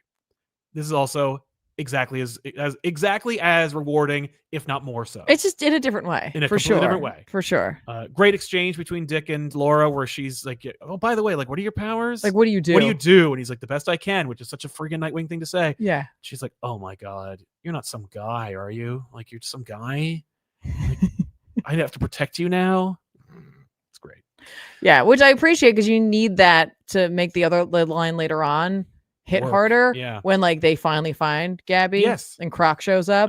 And like she notices that like when Croc like makes his entrance. Yeah. That like he doesn't move. No, he puts himself. Right. He puts himself in front of her. Yeah. It's like, wow. He's no powers, and he still like stands in front of us or between us. Yeah. But what's wonderful about it is you also balance it, because like it is a Tom Taylor Nightwing story, which means that it's going like the action will be balanced by the quiet, intimate moments, which is also something that I seek every time I look for one of these crossovers, where like that they go back to the Watchtower or whatever the hell they call the clock tower. You know, Barbara's Oracle's base. So we get to see Gabby and Oracle talk, and we get to see like the Bitewing and the Wolverine hang out, and then we end it with a beautiful splash page that's like we talk mostly like, you know, Laura and I talk about our dads. Yeah, and I'm like, I've never seen a Batman Wolverine crossover. Oh my God. Yeah. And then they show you one, and I'm like, yeah, do one, please. You're going to do that in the next one, right? That's going to be in the next one, please? Because, one, please. Like, one of these, because they never cross over. They merge. There's two of those. Yeah, they don't cross over. But they don't cross over. And it's like something I would never ask for, but I would also be like, yeah, I guess I want to see that real bad. Yeah, it's a really sweet one. I like the idea that, you know, Gabby initially like is talking about her pet. Yep. And she's like, dogs are stupid. And she's like, I'm sorry I said that. Yeah, she's like, you're the best dog ever. And I'm like, yeah, I love Gabby. I want to see more of her anyway, so it's great. Delightful. Yeah. Just understood the assignment, delivered. It as I understand it, there was some concern when they announced it. Oh. You know, at the Comics Pro Expo when CB and Marie pitched it or announced it. Creators like just like it was just all these pitches came from every corner of the comic book world. Oh, sure. And everybody's got one. Everyone's got one. And I'm like, everyone's got probably more than one. Oh, they've got so many. And these are not pitches to do a backup. These are pitches to do like series and big double-sized one-shots and whatnot. And it's like, these are the biggest people in the industry who are like, I want to do that because it's fun. And it's like, Taylor showed up to play. He came to play, you know? And then there's this weird thing. Hellblazer Doctor Strange, a story. How is that weird? How is that weird? I'll tell you why it's weird. Yeah. Because of who made it. Yeah, no, that's the weird part. Because of who made it. Now, I will say, I need to point out that while it is not ideal, you can't tell that 3 different people wrote this. I feel like the team of Josh, Scott, and James worked really well together. I think what probably happened is one person wrote it and other 2 people gave ideas. I've seen team writing, and sometimes it's horrible, and it's noticeable. I agree. In this case, it's just it works really well. Yeah, I'm like, it bodes well for DCKO. Sure. I'm like, yeah, okay, you're doing a good job. Like in terms of working together and telling a cogent story with 3. That's why I think it was probably a little bit more of that, because it's not that many pages to get that many writers. It's an odd decision. It's like it's also like 3 really big writers. Oh, and I'm like, why did you let that happen? Well, because the only way it could have happened is because it was those 3 writers. Like, not that that's how the story could have happened. It's more like you could have only gotten those 3 people in a room because it was those 3 No, people. I meant like, why did you be like, no, you're writing this one, exactly. You're writing that one, and you're writing this other thing. Because they don't have time. I guess. Because Josh, Scott, and James do not have time to do like their own story. Yeah. I would have loved to have seen a Scott Snyder, a James Tynion IV, and a Josh Williamson Marvel DC crossover, even if it was their own backup story in the main event. Yeah. That being said, we got this. Hayden Sherman on Doc. Can I maybe talk about this? Yeah, Would that be acceptable? Just saying I'm not my complaining. thing. Yeah. So let's hear it. This is Hellblazer, Doctor Strange. A magician walks into a universe. It's written by James Tynion IV, Joshua Williamson, Scott Snyder, with art by Hayden Sherman. Of course, Mike Spicer coming along for colors on this one. Yeah. And listen, this has got some really good stuff in it, and then some stuff that I'm like, why did you do that? Why is this here? I also had a similar creating experience. But you and I have 2 different. But why is this here? But why is this here? Yes. Yes. Like there's a lot of good. I was worried. There's I know a lot of good, but there's just I feel like 2 things that I'm like, what? Well, you can see, which is probably what the 3 writers are. You can see this who did what, right? And like, I know who did the thing that I think I know who picked the thing that I'm like, why is this here? And I'm sorry. I don't know. By the way, save those questions for tomorrow's stream with Joshua Williamson, where you can just ask him. I would like to know. Yeah. We never talked about it, but like, I'll bet you. I think I know exactly. A crisp $5 bill who did that first page. Like. Yeah. Or who pitched that crossover? Yes. It's not just Doc and John. No. You get 3 different crossovers in this, which is I'm realizing now probably where they all work together, right? But the idea is like it takes place in New York. Yes. Like so we're in Marvel's New York, or whatever version. I think they're separate universes. I think in this, like, unlike I believe all 3 backups, not including this one. I think that the Nightwing story, the Hulk story, and the Static story all take place on Earth 76409. Okay, but not this one. Not this one. No way. No, not this one's canon. This one's yes. This one happened. I like to think both so. universes. I like to think so because those 2 can get away with it. Exactly. And you see, of course, John walking through New York. Immediately, we're like, we got to get a cigarette in there. We'll get to DC books so we can get away with it. Exactly. We couldn't show Jim smoking in the Marvel one. There's so much smoking in this, and I know it's so intentionally done because they're just like, no, Marvel you're gonna watch Doctor Strange to deal with a person who's smoking, and I'm like, I love it. Which has been it's been a long time. Yeah, but it's like, it's just John, like, talking just about his take on the Marvel universe, about magic in general, right? Like this, it's nonsense, cosmic stuff ruins your day, the whole thing, right? But like, essentially what's going on, he needs to talk to a doctor about. And so like we end up in front of the sanctum, door opens up, and there's Doc in all of his very, very close to classic glory. Yes. Right. We got the yellow gloves, we got the classic tunic, we got the big, very high collar going on. Doc is always, or at least in the intro and in almost every panel, he's brighter. Yeah. He's less shaded. Hayden.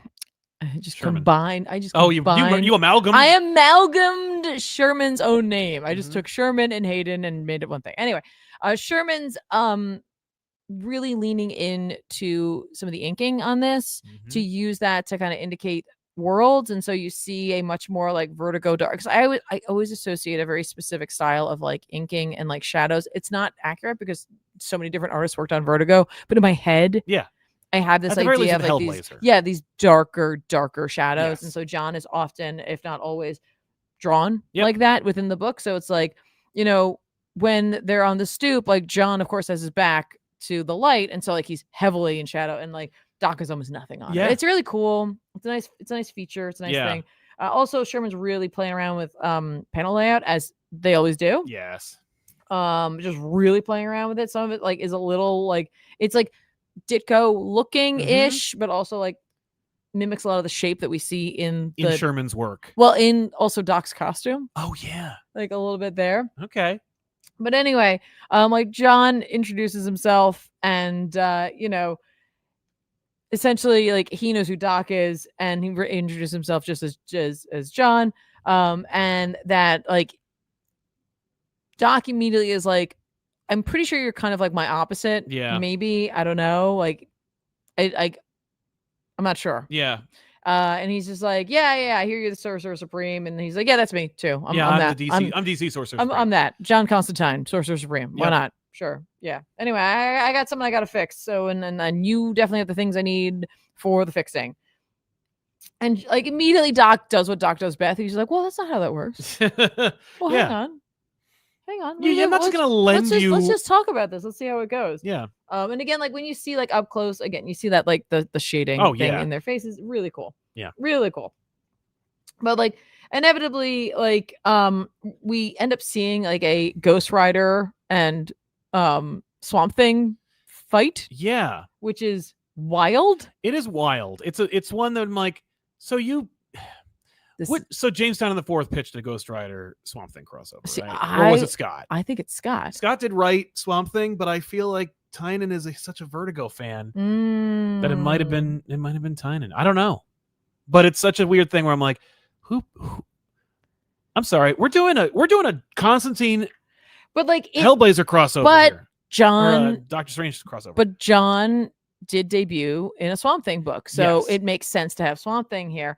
And then, of course, how about Ghost Rider? And you got to have Ghost Rider, right? I mean, you could have done Man Thing, but admittedly, there's no dope cover of Doc and Man Thing like running up a road made of skeletons. Yeah, no, yeah, we don't have that, so it's like we might as well just go with Ghost Rider. Yeah, at least it looks cool. It is cool. It's much more dangerous. No, certainly. But it's just weird. It's such a weird idea being like, okay, we're doing John and Steve. Here we go. Yeah. By the way, Ghost Rider and Swamp Thing.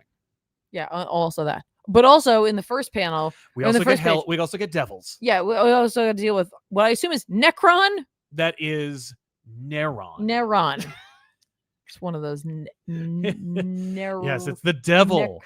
It's the devil. I always think that Necron is the devil. Yeah, Necron is the Black Lantern devil. This is Neron. Whatever. I was close enough. You were. I knew who it was. You asked. And I put the wrong extra consonant in there. And Mephisto. And that was the part that I was like, why is this That's here? Williamson, big time. I was like, there's just no way Mephisto gives a crap. I don't know. No. Because they're both phonies. No, that's it. Like, that's the tie-in to Ghost Rider being there. So you got Mephisto. I'm like, Mephisto. Oh, there we go. I don't know what the hell Neron has anything to do with the green, but okay. He doesn't. He is green. He is green, so that's how Swamp Thing gets involved. Anyway, we immediately like launch it in. This feels like a lot more like classic-y, like crossover-y. Yep. Because John is not he's not a nice person. And so like he always automatically is digging into everything, where he's just like, where I'm from, like the horrors, they're just a little more horrifying. Like the shadows are a little darker. Right? Like, my scary stories are scarier. Like, he just goes on and on and on about how much he really digs into like the Marvel universe. Yeah, he for sure. Well, he initially just into the magics of it all, right? Yes. Like, he's like, we're like I've been like, I walk back alleys, and meanwhile you've got like all your like your cosmic lights and your doodads, and I'm like, you're not wrong. Mm-hmm. You're definitely not wrong. Right, but what's the point you're making? Well, because I always feel like John does this. First of all, John's doing this because he's trying to like distract and get what he wants. But John also, I always feel like John has like an ego, but also a complex where he feels less than sometimes. Yeah. Especially when it's someone else who does magic. Right. John doesn't have like a base or Right. Well, I think he's also a man. So he's like, I gotta make sure like I'm gonna take an opportunity to distract you, but I'm gonna take you down. I'm also gonna like tear you down a little bit. So like make sure that we all know how cool I am.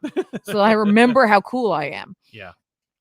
And he of course he does like, I don't play the hero, I'm not the good guy, like I'm just like that which you scrape off the street, that type of thing. Sure. But like the fact is, it's like magic, like John simultaneously like does magic, but also like is afraid of magic. He knows what it can do, but like also respects it.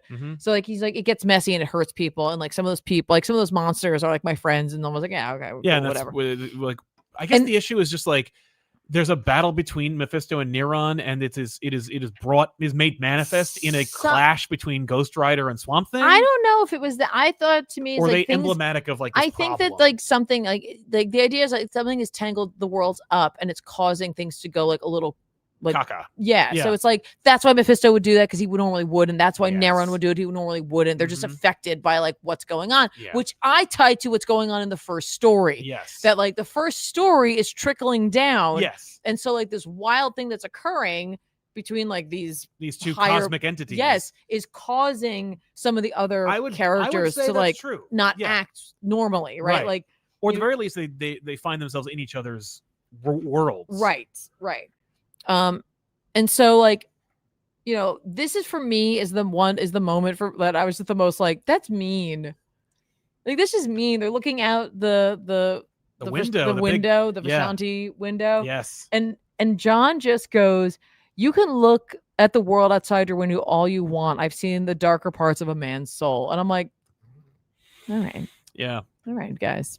Relax. So we were having fun here. So we were all having a nice time. That's good. That's John. If you're going to he's like, what? If you're going to put me in an effing Marvel DC crossover, I'm not going to do it with a smile on my face. Right. Well, just be glad you didn't run into Magic. Right. Because she would have just sent you away. Yes. Like, no. No. Or Clea, or any other number. Yes, any if you ran into basically anyone else, yes, you would have been in trouble. Yeah, but Doctor Strange is like, I can handle this. It's fine. Yeah, I'll deal with it. All right. I've dealt with Tony. I can deal with this. Exactly. Needless to say,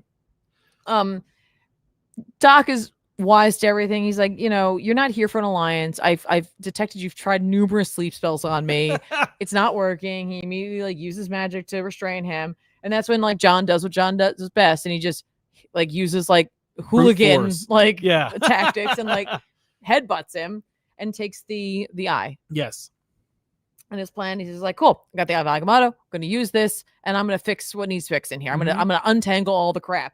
And he does it, and he's like, oh no, this is a lot. Oh, also, you're like a real doctor? I thought that was like a code name. Like you were a surgeon. Yeah, like Dr. Fate or something. Like, but no, Oh, okay. So we see like these gorgeous panel layouts of like the fights going on between the other characters. Yeah. And like John just being like both planes of magic are just like crashing down upon him. Yeah. And he's just like, I can't, like, I need to fix this. Like he's using the surgeon like iconography, because he's just like, it's like a wound. I gotta figure it out. I gotta like separate it. And I gotta stitch it back up, and I gotta fix it before they die. Yeah. And he's like, Strange is like, you can't do it without me. Well, he's just like, no. He's like, I see everything. And Strange is like, no, we see everything. It's okay. Yeah, he astral projects. No one sorceress can save us. We're gonna do it together. Which is like astral projects. All right. And this is where I'm like, all right, you got me. Because you got me. Doctor Strange is useful. He is. Well, he's not just useful. He's doing exactly like what he would do. What he would normally do. Yeah. Where he's just like, all right, I'm gonna let you take this one for the team for sure, but we're doing this together. But I'll try to make sure you don't. Yeah, and I love it because it's like he puts his hand on his shoulder and he puts his other hand, and like the two of them like make it work. Yeah, and I love it because it's like Sherman, much like in the other one too, that where they play with like the panel. Yes. Like the actual panel lines, like it's all these like flowy panels, like like he is doing those again to show magic. Yeah, right. We're seeing the two worlds intertwined. That's why they're also so fluid. But I also like the fact. Well, and we'll see in the next page. Yes. Well, it starts here. Yeah. It starts here as you see like these vertical lines start to draw down between the two characters, which I was like, this is brilliant. This is just him doing his thing. Like Sherman, or they are doing their thing. Sherman's just doing their thing. But then like I love as like the panels actually form and the characters are left and they're like, just leave. Did that happen? Right. Like Neron in particular is like, what the hell was that? What? Excuse me? Did I just see the boogity devil? Was there a guy who was my like literal complimentary color to me? Right. Just here. Did that happen? I don't know. Oh well. That might be the other reason too. We got a lot of complimentary colors happening here. True. Anyway, it's nice. The two of them, obviously, like start to say their goodbyes, you know, and like, see, like, look at how like the panels. I know it's coming up. form. Well, no, it's drawing up from the bottom. Yeah, it's cutting them. It's cutting them. It's separating the two of them once Yeah. more, and I like it because it's like John's clearly like, yeah, right. You're okay. You're We pretty can good. have another team up. I thought that was good, and like he's like, why don't you come on over to my side this next time? Yeah, you should come to the DC universe and check out the horrors that I have. Yeah, and I'm like, yes, Yes, do that. Yes, it's great. This is actually quite good, and again, like, get Cy and Campbell to do it. The other parts, like, I get it, you wanted to show things like intertwined, but like, I don't know, the Neron thing was so with Mephisto. I was like, okay.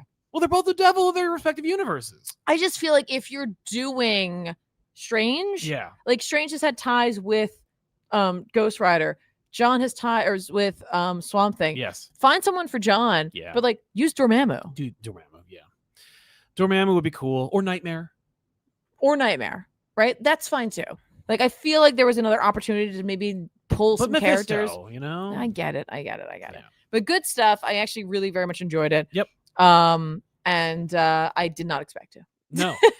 No, you would have been like, why didn't Cy Spurrier and Aaron Campbell do this? Which I would have also wanted to see. Yeah. But John would have been even meaner. Yes. I don't think that Doc would have walked away unscathed, but maybe he would have because Marvel, I'm sure, had notes. Maybe. Like, however mean John came across, I'm sure he was meaner in the first draft. Maybe. And then there's Batman Deadpool, which there's a whole of back issues on that's coming out in the next week or two. Right. So I don't want you to necessarily get into too much about but that. Like, yeah, it's interesting. Like there's obviously there's ties to Marvel versus DC or DC versus Marvel from 1996, references to Amalgam, references to Morrison's work and the exploitation of it, and also the creations that Morrison left behind. Yes. From respective companies. Yes. A complementary between Batman and Deadpool that is completely separate and different from the one you saw, and yet tying it directly with it. Yes. Also, Mora's work is phenomenal. It's spectacular. I mean, this looks so good. It looks so good. Yeah. Panel layout, shot composition, character design. Just amazing. Yeah. Just a triumph. Yeah. Overall. I loved the Deadpool Batman crossover from Marvel. I thought it was fine. Yeah. Like, it was fun. You know, I think Wells did a good job. I actually really enjoyed it, and I was happy to talk about it, and I was happy to read it. This is the best example of why you pick Grant Morrison to do this. Yes. I also think Grant Morrison felt, they never did any of them. Like, Morrison was there. Yeah. And missed all of them. Yeah. Never got a chance to do any DC Marvel crossover. Right. And yet, Morrison also was like the fervent believer that behind the source wall is the Marvel Universe. Yes. Pitched at the end of it. Pitched Silver Surfer going through it. When it was destroyed. But never got a chance to do it. So they're playing with it in this. Yep. By way of Deadpool. And of course, fourth wall breaking character. Mm-hmm. Morrison pioneered the modern depiction of superheroes breaking the fourth wall, not in the form of like John Byrne's She-Hulk, which is much more like kind of one-dimensional or at the very least obvious. Morrison played with convention and then references it directly within the panel layout, like recreating images from Animal Man, paying off weird esoteric concepts from Animal Man that are paid off in like Ostrander's Suicide Squad series. There's layers to it. I hesitate to say there's depth because it is at the end of the day a back padding book about how Morrison did stuff and created things and they're still there and they're awesome and that's it. Like, yeah, it's also kind of amazing how obviously the reason why they did Batman Deadpool versus instead of Batman and anybody else was not because Deadpool is the number one selling character. In point of fact, Deadpool is a book that they can barely keep on the shelves. Or in circulation because that book never sells for some reason. It's because there was $1 billion movie. Well, G. Willikers, who's the villain of that movie, I know. A Grant Morrison creation. Like that was you had gone to to film the episode, and I was home reading this, and I had literally texted you. I was like, "Are you kidding me?" Yeah, it's like really? Yeah, okay. And there's more to explore that we didn't cover in back issues, like that I really wanted to that we didn't get to. Like who Batman is, which Batman we're dealing with. Is it directly connected with Batman Deadpool or Deadpool Batman? And then we had a follow-up conversation at home. I wasn't even there for it, but I had my take on it, and I thought it was 1,000%. No, you're absolutely right. No, it absolutely is connected with Deadpool. We'll have to do a little thing where I'll just like do like a really like I'll take the camera and be like, hey, everybody, this is my take on it. Yeah. You just input that in there. Okay. They're wrong. We didn't say it wasn't. I know. We just didn't say definitively whether it was. Yeah. But the fact that like it just occurred to me now, there was Morrison talked on a podcast about how they picked Ryan Reynolds as Deadpool to use. Mm-hmm. I wasn't sure whether that meant that Morrison thought I'm channeling Ryan Reynolds' portrayal of Deadpool, or whether this is literally Ryan Reynolds' Deadpool from the movie in this book. Right. But the fact that there's angels on the cover and Like a Prayer was such a huge song in that movie makes me think, oh my God. Like, there's no way that Morrison is not talking about that. Also, it's funny because, like, Deadpool is funny in this book. Deadpool is actually making references that Deadpool should make, but rarely does. Right. Yes. Yes. You caught, like, artistic references. Because, like, he mentions, like, an odd, like, 70s, rock song about he ain't heavy, he's my brother. Like, yeah. Just really weird pulls. Yes. And I know that they're all deliberate. Yeah, no, he brings up Henry Moore. Yeah. Who is known for very heavy, Big large sculptures. And so he's like poking fun at Absolute Batman's size and shape. Exactly. Which I was like, what? Why not? Why not make fun of that? Why wouldn't Deadpool make fun of that? Yeah. Because Deadpool's dragging Batman. He's like, well, be thankful you're not this guy. Yeah. There's a direct reference to Earth 7649. Yes. The merged universes. There's a reference to Amalgam, obviously. If you look, blink and you'll miss it, but look at the last page of like the post-coital universes, or rather Kismet and Eternity, and how they both have like the brothers from DC versus Marvel helmets. And if you look, there's also a discarded uniform from one of them. So I guess they were role playing. Like, were they the brothers? Were they pretending to be them? Right. Because they were also both in the crossover, so it doesn't really make any sense. But like, I would not be the least bit surprised if Morrison never read it. Victor Gover being the catalyst for it all, a sports master that didn't matter but was in the book that exploited Morrison's the writer character. Yeah. So let's go with that. Morrison also, I guess, assumed that the book would be out later than it did come out, because also it's connected with New Year's and it's like Batman says Happy Holidays. Yeah. I mean, like, but don't forget, yes and no, because they don't celebrate Thanksgiving. So for the rest of the world, it is the holiday season. Absolutely. No, I agree. So yeah, it's better than it had any right to be. It's certainly deeper than Deadpool Batman, that it's compliment. Right. But also, I enjoyed it as it is. It's a perfect Morrison work in that you can enjoy it. Yes. As a story. No. You can enjoy it as a diversion. But the further the deeper you go, the more you find. Not necessarily even in substance, but rather in references. Right. I enjoyed it for sure. Yeah. I liked both of them. And I saw a lot of people talking in the chat about this. And I see a lot of this versus the other. And I would like to just caution you to that type of talk, and here's why. It's really easy to fall into that. It's really easy to fall into DC did a better crossover. DC did a better crossover. Marvel did a better crossover. I like this better. This was better. That was better. Let me warn you, if you keep that up too loudly, you will hurt the feelings of those who they're hearing less chatter about, and these will stop. Yeah. I need you to understand that. I need you to have a modicum of self-control, and instead of just talking simply in verses, just say I really enjoyed this. Yes, I was very happy to have. You don't have to put the other guy down to enjoy something. No, it's very true. Just saying. Yeah. Watch yourselves out there, folks, because I'm telling you, there are a lot of egos involved when it comes to making things like this. Yeah. And I'm not saying to not have your preferences, but it doesn't all have to be verses. Yeah, I agree. I think they both succeed is my genuine feeling. I really liked both of them, and moreover, I think I liked more of the Marvel backups than the DC ones. Yeah, I mean, overall, so I'm just saying, I was more excited by Daredevil, Green Arrow, and Jeff and Crypto and Wonder Woman, Captain America. Like those were more, obviously they were more like, duh. Yeah. Like they were like, if you're going to do this, you're going to do it. That's Marvel. Marvel's interpretation of this was just do the thing. Yep. You know, obviously we would never do a Deadpool Batman crossover, but if we had to, here's how we would do it. And the rest are going to be things you'd want to see. Yeah. DC was like, let's try something different. You know, let's especially do something like Hellblazer and Doctor Strange, a book that would never sell. Mm-hmm.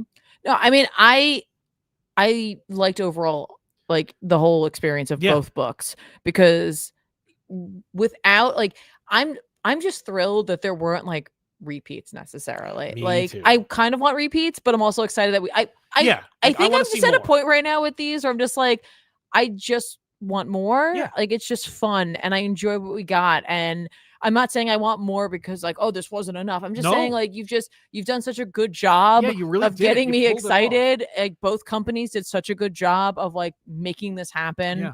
And not only making it happen, but literally delivering on a promise. Like you announced it and then it happened. And I don't think you had it when you announced it.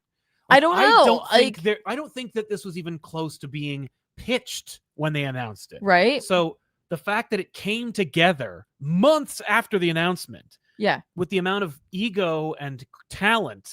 Like the fact that it's legible is remarkable. But like the fact that you got that beautiful Kubert book from Daredevil and Green Arrow and how good it looks and how fun it is. The fact that you got Kevin Smith to deliver a script on time. Right. But you also got like Morrison to do this and to play with it and to put the time and dedication that Morrison normally would into something that they probably would have more vested interest in.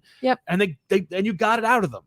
That's amazing. I think it's amazing. I mean, like if you think about it, it's like you said, like you had Kubert on a backup, like a Kubert on a backup, a Dodson on a backup. You had Sherman on a backup. Yeah, like Sherman's busy. That's how many people wanted to be a part of this, and that's why it's just like, yes, I'm not saying don't have your taste. I'm not saying not to be like, oh, like maybe I kind of wish this was stronger or whatever. The key though is to not push one down in order to make one shine. That's true. They can both shine. And I they can both shine for different reasons. I was disappointed in a couple in this one. Oh, sure. And I was certainly more critical of them here than I would be on back issues, or certainly was in the Marvel equivalent. Right. But by the way, remember, admittedly, that when you got the Marvel one, it was also the first one. It was the first so one. You were just like, it's happening. Yeah. And by the way, Chip read the script for his Captain America Wonder Woman to us on the show. Not the whole thing, but I asked about the Thanos of it all in the back issues episode. Remember, we were like, what is happening? Yeah. So he's like, I don't remember. Let's just read what I wrote. And I was like, well, one day we got to get Grant Morrison on, and then Grant Morrison can talk about what they wrote in this. Yes. And Morrison be like, you sure you don't want to talk about something else? You're like, no. I am sure. Yes, I'm sure. I'm sure I don't want to talk about anything other than Batman, Deadpool. I'm sure that I'm never having you on again. So yeah, you're never coming back, so we're going to talk about this. Well, you got that right, laddie. Because I've seen your Final Crisis episode, and I don't care for it. But yeah, I'm thrilled. I think it's great. I'm glad that both exist. I like them both. We're getting more. We got those stealth releases from Thor and Shazam and Fantastic Four, Flash. We're getting the Spider-Man Superman one, I believe. I mean, I've read like in Adventures in Poor Taste and Read Pop and stuff like that. I've read articles that are like, no, they're doing 2 more. And I'm like, well, I think they have more time to make those than they did on these. So I'm excited to see those. Yeah. Superman, Spider-Man. Again, Mora drew a beautiful Batman Spider-Man team up and has those available at his booth. Yeah. I'd like to see a mini. I'll take a 6 to 12 issue miniseries from Dan Mora and J.M. DeMatteis. Yeah, we'll loan him our art for a Bagley cover. Yeah, our beautiful Bagley cover of Batman Spider-Man, which Tiffany commissioned. It doesn't exist anywhere else. It's a beautiful commission. I've thought about offering it, like being like, you can have it, but you can use it if you want. They're like, we're not using this as a variant cover for because it's beautiful and it's awesome. Bagley would just be like, I'll just draw another one. Done. Yeah. But yeah, it's but I daren't dream, but I'm excited for what we got. Superman, Spider-Man. I mean, that's been fun. Yeah. I don't know who's doing them, but I mean, you can only guess, right? So let us know in the comments down below. What would be your dream team working on the next Superman, Spider-Man crossover? Yeah, who do you get? Right? No, that's that. I mean, like that's just you don't. Here's the thing. There's so many options. you don't know who's going to be a great choice. No, like you don't know. No, like you could just do an NFL draft pick and be like, yeah, I assume this guy, but you never know. No. I mean, and genuinely, like I'd be like, no, get DeMatteis back and do I'm excited. It's a fun time. I'm thrilled for the creators also who get an opportunity to finally do this. Like that's so much, that must be really exciting, and it must be really fun for them to be able to play with this and to be like, you know what, like I always wanted to. Yeah. And now I get to. Exactly. And there's so many, like we've talked about this. We've talked about so many different creators and we've had them on the show where I've been like, hey, do you want to do another one? Like, do you want to do one? Have you, like, everyone who grew up and are now comic book creators today, they grew up on those crossovers. Yeah. And they all have a pitch and they all wanted to do it. And I'm so glad that we didn't like ruin anything for anybody. Cause I've always been like, we should just talk about them since they're never going to do it. Yeah. We should just do them. But yeah, so now they can save them. Yeah. And maybe that's the thing is like they recognize like it's the thing I've said a million times, but like they recognize like, holy crap, that made a lot of money, and it makes money, and it makes a lot of money every time. Mm-hmm. And if they're willing to profit share off of the streaming or of the digital subscription services, then there's a system, there's a legal like estuary. Right. I'm in. It's funny because it's like, I could see there being a loophole here for them to make this work if like they can't keep making these, that the digital service, because it wasn't in the original contracts, that like it would be easier for them to do an online like webtoony kind of thing, just because it's like it didn't exist. So they're writing contracts for that as they go. Yes, exactly. I don't know. I think that we have to thank the omnibuses.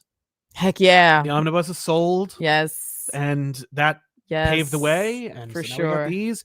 So just hang in there. If you didn't like this one, maybe you'll like the next one. Hope so. I mean, you're gonna see one of your favorite creators on one of these because they all wanted to do it. But so I guess we should read some super chats before we wrap up. You want me to run them? Sure. Yeah. Okay. All right. I'm gonna learn how this whole system works. Oh, what's the book of the week? Oh shoot! I mean, I think it's this. It's this. Yay! I mean, all the books I read were fun. I liked it. But some of them. It's got to be this. Mm-hmm. Yeah, it's a miracle that they got Grant Morrison to sit down and do a friggin' Batman Deadpool crossover. Which one in there would be your favorite? The Batman Deadpool. I liked it the most. I'm torn between that and the Doctor Strange Constantine. I'm glad you liked just it. because that one had such a steep hill to climb for me. Yes. Like before I even opened that book, I was like, you're like, come on. I was like, I better read this before I stream, just in case somebody says something. Yeah. But you. And Power Fantasy came out last week. Yes, so I can't say that. So it's fine. It's fine. All right. So our first one, I'm going to make sure I do this in the order as they're here. Solid Jake says, "Hi guys, I have a roommate whose favorite comic character is Wolverine. Okay, and I'm wanting to buy him a great paperback for Christmas. Any suggestions?" Well, it's interesting because you have to understand: do they have it? Like, you know what I mean? Do they have other things? Like, do they have? They probably, if they're a big Wolverine fan, do they have Claremont and Miller's Wolverine? Like, if they do, but then it's like, well, what do they have? What don't they have? So you got to look through their collection or find out what they want. Do they have like Old Man Logan? Old Man Logan's fine. I wouldn't recommend that necessarily. It's fine and gross and weird. Well, it depends. Like if they don't have it though. That's true. That's true. If they're a Spider-Man fan, you get Astonishing Spider-Man Wolverine, which is a fun little compliment story. What about the Origin? Oh, Origin. Yeah. Quesada and Jenkins. It's gorgeous. And, it is the Origin. You made me read it. I loved it. I thought it was good. But I would like that one. But I think there's some classic Wolverine stories that I'd rather see. I mean, you got to get Barry Windsor Smith's Weapon X. And if they love Wolverine, they're going to like that story. But if they love like comic books, then you should get the art edition or something. But Barry Windsor Smith's Weapon X is the book to get. Perfect. Yeah. All right. What else we got? Got Viper Venom. Viper Venom says, "What do you think is the next move for Hickman? Also, would you ever do Alan Moore Swamp Thing on back issues?" Yes, we'll do Swamp Thing one day. But as far as what Hickman's plan is, I couldn't tell you. My guess is Hickman would love to do movies and stuff. But as far as comics, when the Ultimate Universe is over, I think Hickman will still be at Marvel. I would love to see them do another friggin' Alien Avengers book. If not, do a Predator book. But also, I think, I'd rather see Hickman do a story. Like, not a run, not a pitch, not a big idea. It's got to be a big idea because he's done magic, he's done cosmology, Mhm. he's done Spider-Man. Well, I'm saying like of like the big like random ones, and I was Yeah. like, you know what's next for him? Savage Land. Yeah, I guess. Wouldn't you read that? Oh, come on. Yeah, I get. Would you not read? Jonathan Hickman's Kazar. Yeah, Like, no, it's just a Savage Land. that's book. the character though. You got to use Kazar. He's the Lord of the Savage Land. Maybe you could do Kazar. Or you could do what's her name? Oh, Shauna. Yeah. Yeah. Just saying. Yeah, that'll be fine. Just saying. All right, fair enough. Yeah. There are options. Yes. J Me Wild says, "Hey, Sal and Tiffany, I'm not sure if you guys read any Conan, but I was curious if either of you have been enjoying Liam Sharp's work with the character recently. It's some of the finest comic artwork."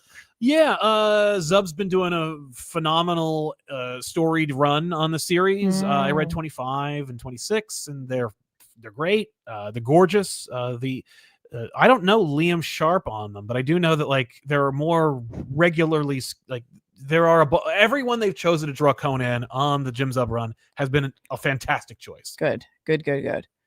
And I was reading the Aaron stuff, so my Conan artist was Asrar. Yeah. And that was like, for me, that was like, wow. Mm-hmm.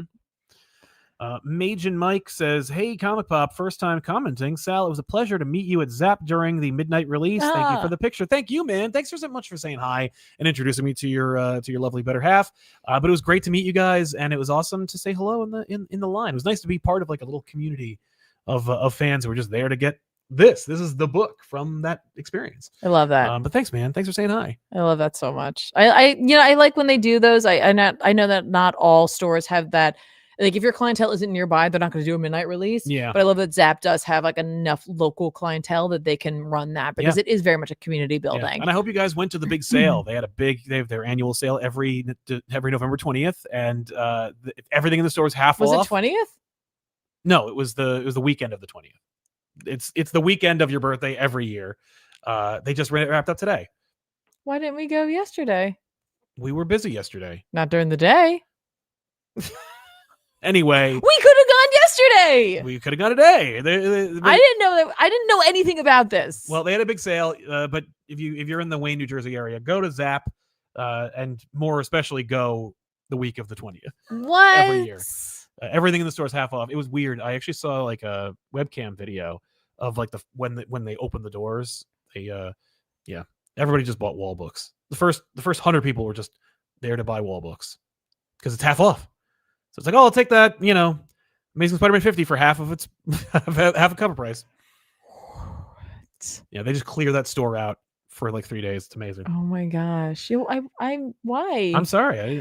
We were busy. What? No, we weren't. We were enjoying like the day. Yeah. Now I'm not enjoying the day. Hogzilla says, "Glad Tiffany was on No Comment Required. All the talk about cartoons and their surprisingly mature pushing of the envelope was enjoyable." Thank you, Hogzilla. Yeah, it was great to see Tiffany finally join No Comment Required. That episode is out now on this channel. More episodes of No Comment Required are coming this and next week. So please hang out and check those out. Of course, tomorrow, Joshua Williamson stream. The next day, back issues, which of course is already available on patreon.com/ComicPop. Thursday, the day of Thanksgiving, we'll probably drop an episode of No Comment Required. You can check that out as well. And then I think Sunday we'll probably drop another episode, and then we'll have more throughout the week. Yay. Thanks for watching. Appreciate it. The Space Cowboy box, or the Space Cowboy EXE says, while been a while since I've sent anything, here's the best comic peeps in Jersey. Hope you're well. Thank you. How about the Batman DC book? Some pretty dope stories. I agree. And thank you so much. Thank you for saying we're the best comic peeps in Jersey. Yeah. Thanks. Appreciate that. Appreciate it. Yeah.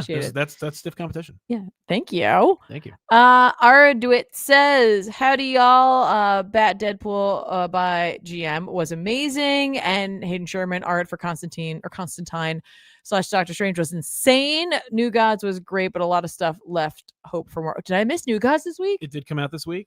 It was the last issue of the run until the next one. Oh, when I told you what my list was, why? We didn't have time. There was time. How long has this episode been going? Okay. No, I don't know. What What does it say in the corner? Like almost 2 hours. 2 hours. Okay. Yeah. Okay. And I'm sure we would have breezed through Ram V's New Gods. Arduit says, also caught No Comment Required on cartoons and wanted to mention In the same vein of not talking down was Avatar: The Last Airbender. Didn't talk down.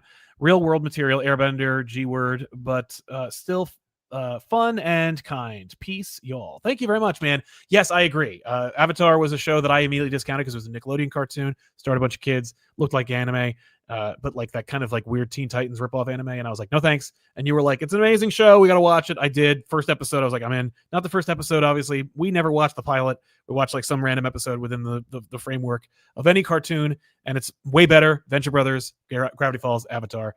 But yeah, great show, perfect show, you might say. It's an incredible show, and I think it has one of the best arcs for a villain that I've ever seen. Yep. Especially presented to children. Yes. And it's in that same vein as what I was talking about with like Xanatos, where it's just like not everything's so cut and dry. Exactly. It's a good lesson. Yeah. Cat Laura will defend for treats, said, love the recent no comment required. Well, thank you. If ComicPop existed in the 90s, we would have had a cartoon and a toy line, so many miniature couches and accessory hats. That's right. Yeah, that's right. I want that. I would love to have like, I mean, they have the equivalent now of like, if we had like 3 million subscribers, we'd have U2s. But like, I would love to have vinyl figures of the team. I would love to have a little. You'd lose all of my accessories, the glasses, the hats, the cats. Like, there'd be so much involved. I would love to do that. The closest thing I would love to do is those Kevin Smith Clerks in action figures. We have like a diamond. We have like a pose we're in. Like, we're just basically little statues that are like this big, and then like a couch and like some stuff. Like, that'd be amazing. Yeah. I would love that with different costumes and accessories. Yeah, that's fair. We're not big enough for that. It's okay. It was so cool. Kevin Kruger says, what do you think of DC finishing the Swamp Thing story where he meets Jesus that they canceled 30 years ago? I know, they're finishing that up. I'm excited. It's going to be in Vertigo. Yeah, it was a pitch from, I think Veach was like, we need to do, he had a story. It was just Swamp Thing meets Jesus. And they were like, absolutely fucking not. Now we're going to get it. It's called like Swamp Thing 89, I think. Wild. Yeah. Wild. Dan V900 says, in a Terminator mood lately, Terminator Metal was great, where I rewatched the first 2 films. I've had an epiphany. The next film should be out in 2029. 84. August 4th works with Skynet going online or 3 weeks later. Yeah. Numbers are hard for me. I'm sorry. Yeah, we need. Yeah, I would love to have more of like the war, but I'm happy with Terminator movies being over. I would love to do more, but yeah, good for them for making metal. Fair. Navy SEALs. Ooh, Navy SEALs says, how do you respond / calm when there's tech issues? Been working all day on a video. The app closed and deleted it all. Very discouraging. Thanks, y'all. It happens more often than you think. Certainly, the best thing you can do is just like keep saving. Like, just save like a crazy person. Yeah, but if it's in an app, it doesn't always work that same way. And it's so frustrating. How do you stay calm? You don't. You don't like freak out and break your phone. You just like find you internally rage. Yep. And I think walk away. I think you walk away from it for a minute. It depends. Like when sometimes you're in that zone. If you're behind a deadline, like if there's a deadline coming, you have to have something ready. There's no time for that. You just have to suck it up. And then usually what happens is sometimes it's slightly better than the original version, and sometimes I had to cut a couple of corners, but sometimes I also realized, you know what? I didn't need those extra things that I did. Yes. That's true. But that is a horrible feeling, and I feel for you. Yeah, I'm so sorry that happened. So much. Like, ugh. Hammerhead Comedy says, for whosoever wields this mask may therefore be worthy of the might of doom. Yeah. If Odin made the mask, that would have been the enchantment. Okay. Seal, Kadoom, and I'm sorry. Red Batman and Deadpool. Fun. Didn't expect a Hawk Owl reference. Yeah, we caught that in the episode, and we do reference it. It's nice to see people looking for Ultimate Adventures right now, and I'm like, we're the only game in town, baby. That's really fun. I think the name is Seal, Kadoom, and Jokic. Yeah. I'm sorry. We got it. Kind of. Yep. 2Time480, have either of you played Dispatch? Would love to see it on the gaming channel. I had the demo for it, and I didn't play the demo yet, but my understanding is a little steamy. You gotta be careful. Yeah. You gotta be careful. What's Dispatch? It's a superhero game where you're playing like a dispatcher for superheroes. Yes, I've seen cutscenes from it, or I've seen gameplay, certainly. Yes. Steamy. Yes, it is. It is. It's from a bunch of, it's like Markiplier or something like that. A bunch of like Jacksepticeye does a voice. It's all, it's very YouTuber forward. Gotcha. Tea Time 480, it feels like it was made by people who like Heroes. It could be like the show Heroes. Yeah, certainly it feels very Ex Machina to me. Oh, interesting. Okay. Hammerhead Comedy back to say Marvel crossover, worst main book, better side stories. DC crossover, better main book, worst side stories. Yeah, I agree, but I also I didn't dislike the Marvel DC Deadpool Batman story. Navy SEALs, are you ever going to do Animal Man on the couch? Probably not, but I would like to. We have the omnibus. Probably not. I just like that answer. I'm not gonna lie to you. I know. I just like it. You know, I mean, if James Gunn suddenly is like, "We're doing Animal Man," it's like, oh, well, then that'll do. That's the time. Almost as good as a Ninja Turtles episode. Warrior Demon says, "Hi, ComicPop fam." Hey. Well, family, but I shortened it. Love your latest episode of NCR. Tiffany called it. Courage was not for kids at all, but it's still one of my favorite shows. A Blade show would have been fire. Have a happy and safe Turkey Day. Well, thank you so much. Thank you so much. There was something about that show that, like, as a kid, I was just like, I don't know. It was uncomfortable. Yeah, it was. Dark Rays says had to drive an hour to get both of them. Worth it. I'm so glad. I'm sorry you had to drive an hour, but I'm glad that it was worth it. Like, that means a lot. Yeah, for that. Absolutely. Warrior Demon back to say the current DC Marvel stories are not for me, but I'm loving the covers coming out. I'll keep buying just for the covers until the right story comes out. Plus, it's nice to finally have this happen. I'm glad you're there for it. Thank you, man. Noah Kennedy, did you read Spider-Man number 16? I think this was my favorite issue of the run, though admittedly I haven't been fully on board to date. I agree. I didn't read the most recent issue, the one that we would have covered on this episode. I did not read that one, the one with like Hush on the cover. But I'll be sure to check it out because I'm reading the series. So yeah, perfect. Did I do the right one? No, I didn't. Now I did the right one. Okay. It's this one. Oh, Jake Murphy there? Yeah. Well, didn't I read it? Oh. Yeah, it's your turn. Oh, yeah, I guess it was me. Wait. No, I was. It jumped up because we very lovingly got another super chat. Thank you. But when it jumped up, I misclicked. Yes. Sorry, Hammerhead Comedy back to say just before the end of Power Fantasy number 13, I stopped and said quietly, well, he's far too big of a problem. And then they solved it. God, this book is great. I agree. I actually, I didn't see it coming. I honestly didn't see the end of that issue coming. But when it did, I was just like, how is Ethan not into this book? Like, that was what I said. Because you gave him you got him the first trade. I did, but he responded so much more to Animal Pound. Yes. Than he did to this book. But I think it's just he hasn't gotten into it. But I'm telling you. I know. Like you heard me. I was just I don't understand. I agree. I don't get it. Jake Murphy, I'm so pumped to see writing this reinvigorated Grant's love for writing comics. There's an amazing unfinished Batman Black and White OGN. I'd love to see them complete. Yeah, no, it's true. Grant had fun, and Grant kind of like stepped away. I don't think they're gonna. I mean, the reality is Grant's never gonna stop writing Batman. It's just a question of like when the next time we'll introduce them. But yeah, I agree. Fair. Warrior Demon back to say cranberry sauce, yay or nay? It's the age-old debate, but I've got to have me some canned cranberry sauce with my turkey. I'm not a can fan. I'm sorry, you're incorrect. But I like the one, but I love cranberry sauce that you make. It's such a and I've said this on the episode. I don't know if that got put in there. We delete if the show goes over an hour 30. Yeah. There's a 15 to 20 minute deleted episode that is in the Patreon, patreon.com/ComicPop. Or if we unlock memberships on this channel, they're all available on this channel. So we talked about like side dishes that everybody likes, and Sal said he likes cranberry sauce, and it was very flattering because he liked my cranberry sauce that I make like homemade cranberry sauce, cranberries. I put cherries in mine. Yes. But I grew up and still love canned cranberry sauce, so I'm simultaneously like insulted that the fact that you're like I don't like it at all, and also flattered because you like my cranberry sauce. It's a really weird Schrodinger's side dish. Agreed. For me, for sure. Hulkzilla says, oh yeah, almost forgot. Happy Thanksgiving, everyone. Happy Thanksgiving to all of you much. as well. Of course. We have a lot to be thankful for. We do indeed. And it's everyone in this chat right now and everyone who's ever liked a video, subscribe to the channel, all of that. Especially big thanks to those of you who bought hats. I shipped them all out today. I'm sorry. I am sorry that it took me that long. It is my fault.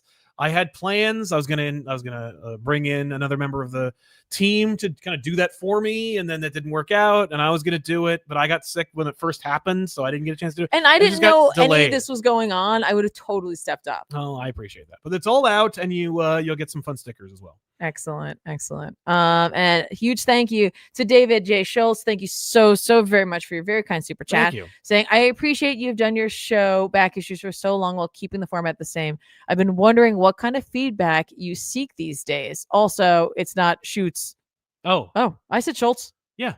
Oh, that's right, because I said shoots last time. You were kind of the grace hour super chats. But yes, okay, so it is Schultz. All right, cool. Well, maybe it was just those people, because I've met other Schultzes before, and it's never shoots. But the first Schultz I ever met pronounced it shoots, and they spelled it the same way. But yeah, man, I mean, like, as far as feedback is concerned, I don't know. I just appreciate like people watching. I like when people share their own experiences with the material. If they liked an observation or joke from the show, that means a lot to us. But I'm just happy to make a show that people like to watch. And as far as I can, see, I like making the show. I'm never tired of it. Mm-hmm. There's 12 years almost maybe of doing this show, and or that show, Back Issues, on youtube.com/comicpop. And I love it. I love making it, and it's always fun, and I always look forward to one of the best parts of my week. And yeah, I love doing it, so I'll never get tired of it. So yeah, you got a little handsy with the microphone. I did. It must be Hassan's mic management that rubbed off on me, because Hassan only talks like this. I know. I saw he's a crooner. He's like, he holds his microphone. I couldn't do this. No, it's exhausting. But I mean, now you always, no matter where I'm looking, you can hear me. Welcome to Weird Wilkinson's weird stuff. Anyway, that's a very esoteric reference. But thank you very much for everybody who was kind enough in the super chats to sponsor us today. Yes, thank you so much. Thank you. And now we're on to what's coming out this week, right before an American holiday. So if you're not here, then you'll be just going to your comic book shop normally. That's right. Otherwise, get your books. Absolute Batman 14 is amazing. Read it when you pick it up. So check that out. Absolute Wonder Woman number 14 is also coming out this week. Very excited for that. It is great. Okay. I haven't read it yet. I know. You need to. DC KO 2 is coming out. Check it out. Okay. Superman 32 or 33. 32 is a tie-in directly with GCKO, so you'll want to check that out as well. Yeah, a lot of tie-ins this week for DCKO. So if you're looking for those, you just check for the banner. It's right at the top there. Mm-hmm. Immortal Legend Batman has another issue coming out. Love it. Yep. Oh yeah, the new Hulk series, the Infernal Hulk. I believe it's Philip Kennedy Johnson. Is it? Yep, it is. And Nick Klein. I like Nick Klein though. I know you do. I do like Nick Klein. Are you gonna be checking that out at all? Or I don't know. You'll wait and see. I mean, it's gonna be. It's you know what it is. It's just rough because it's like the next day is the holiday. Yeah, I'm not. Gonna, I mean, here's the thing. If I do check it out, I'm not gonna be buying. I'm not gonna be reading it until like Sunday. Are you gonna be reading Daredevil and Punisher, The Devil's Trigger? I will try to pick that up. I do want to read it. Okay. I also need to check out Marvel Knights Punisher. I missed the first issue, and so I just didn't read it. Oh no. Justice League versus Godzilla versus Kong number 2 number 5 is coming out. I feel like it's been a while. Since I've had to say that. Yes. Right? It feels like it's been a while. The last issue came out, I think, 2 weeks ago. No way. Mm-hmm. Was I sick? I don't recall. But Shredder's coming out. Next issue of Shredder, Dan Waters, worth checking out. But especially Trinity Daughter of Wonder Woman number 5. Yes. Beautiful, cute, fun. It's a great issue. I read it. You'll like it. Love it. What else is coming out? Yeah. I'm sure there's more. Oh, no doubt. But maybe not. Maybe they made it a later. Yeah, we missed it last week, or this, for this episode, the last Starship number 2 came out, this new Star Trek book. Oh, that's right. You were liking that. Really like that series. I didn't get a chance to read the second issue, but I will probably in the next day or two. Okay. That's fair. It looks like DC's Holiday Spectacular is coming out. DC's I Saw Ma Hunkel Kissing Santa Claus. Okay. That's one of those like compilation, lots of stories. So if you're the kind of person who's looking for those, you can Are check You that. Afraid of the Dark Side, that kind of thing. Yeah, yes, exactly. And Sal did not get a chance to read the Spider-Man holiday special, but we have it. I have it on my Comixology account just for him, so he could check it out. Exactly. But I'm sure there'll be plenty more to read if you're in the States and celebrating Thanksgiving, as you're eating your turkey or traveling. Not only will you have plenty of comics to keep you company, but plenty of shows coming out from ComicPop, whether it be ComicPop Returns or ComicPop, the main channel. Yes. There'll be something for you to keep you company as you either just slip into a food coma, or if you're or just hanging at home, avoiding your family. Yeah. Yes, you will. We will provide content for you this entire week and more. So check out everything we have in store on this channel on youtube.com/compop. Subscribe to this channel and click the bell for notifications, see when we go live. But of course, there's more. Tiffany usually streams this Tuesdays and Wednesdays. Not this week, I don't think. Probably not, just because you're also doing a big live show tomorrow. I feel like that's a lot to ask to be like, go to this and then come hang out with me. Yeah, like hang out with us for 4 hours and then hang out with her for 4 hours. Yeah. But, I know a lot of people have a lot to do this week. Yes, we do too. Probably not. Definitely not on Wednesday. No. Tomorrow's the day that's definitely up in the air. But yeah, what else you got coming out? Well, we got a huge episode of Stranger Things season 5. The final season is debuting this Wednesday, and along with that will be a tie-in, so to speak. It's our coverage of Teenage Mutant Ninja Turtles X Stranger Things from IDW and Dark Horse. Wow. Yep. People, let it not be said we didn't try something different. That episode is up on Patreon right now, but it will be out on youtube.com/comicpop on Wednesday. Love it. We got so much more. We have like I said, we have an interview with Chip Zdarsky coming out. We have a live stream with Joshua Williamson tomorrow. We have a reunion of sorts. We have me and Hassan Kadir and DJ Woolridge are going to hang out in a kind of cracked mirror version of the Absolute channel. We're going to be doing a podcast. It's no comic required with those guys. Yeah. We're going to be talking about Superman, the DC universe, comic or the movie universe, and whether the MCU still got it. It's going to be a really fun conversation that's coming out probably on Friday or Thursday. I'm not sure which day I'm going to release it. Okay. I've done episodes out on Thanksgiving Day. It's usually bit me in the ass, so it might be Friday. Okay. But if you have some thoughts, let us know in the comments. But that's coming out. And Jason and Ethan have returned to do another episode of Comic Required. That's coming out as well. Yes. This week. That'll be a fun chat. And it is weird and dark. And it is so check that one out too. Yikes. And if you haven't had a chance, go check out the episode I was on. You must check out that episode. It was Ben and Tiffany and I talking about cartoons. So definitely check out that episode. It's already here on the channel and more. Yeah, we're very much looking forward to it. We have one more super chat that just rolled in. Yes, we do. Mordecai says, sorry about the old username when I was 14. So YouTube changed it for some reason. Back to my less confusing one. Well, thank you, man. Thank you so much. I appreciate it. And welcome back. Thanks for being here with us. Yes. And of course, we just this is a time of thanks for sure, especially again in the States. But seriously, what we were saying before, that we are so thankful for each and every one of you for joining us on everything we do, not even just live stuff, everything. You're here, you bring you usually very great energy, just good positivity. It's been great to find out through conversations with people when we met people at New York Comic Con this year, just hearing about people who had become friends because they were waiting in a line to meet us. Just people who have seemingly struck up friendships just within either the Discord or the comments. It just means so much. We love our community. And so just thank you so very, very much. We're very, very thankful for you all. And we hope you'll have a very safe holiday. Yes. We should point out, by the way, if you are interested in joining the community a little bit more intimately, we do have a Discord. It's free to use. It's not hidden behind a paywall or anything. And that is free to join. There's a invite link in the comments below this very video. So if you just go down there, click the doobly-doo, and you'll see all these links. And one of them is an invite to this Discord. As long as you're cool and friendly and fine, you're welcome there. There's so many folks to chat with in there. To answer the question, did Ben ever get that candy? No, he did. But he did have cake at my party on Saturday. He did get cake, so he's fine. Yes, and I also want to thank everybody for the birthday wishes. I normally get a chance to send out a message to say that, so I will try to do that as well. But I just wanted to say thank you so much for that. You're all very, very kind and very sweet human beings. But seriously, if you're celebrating the holiday, I hope you have a very safe and very filling holiday. Indeed.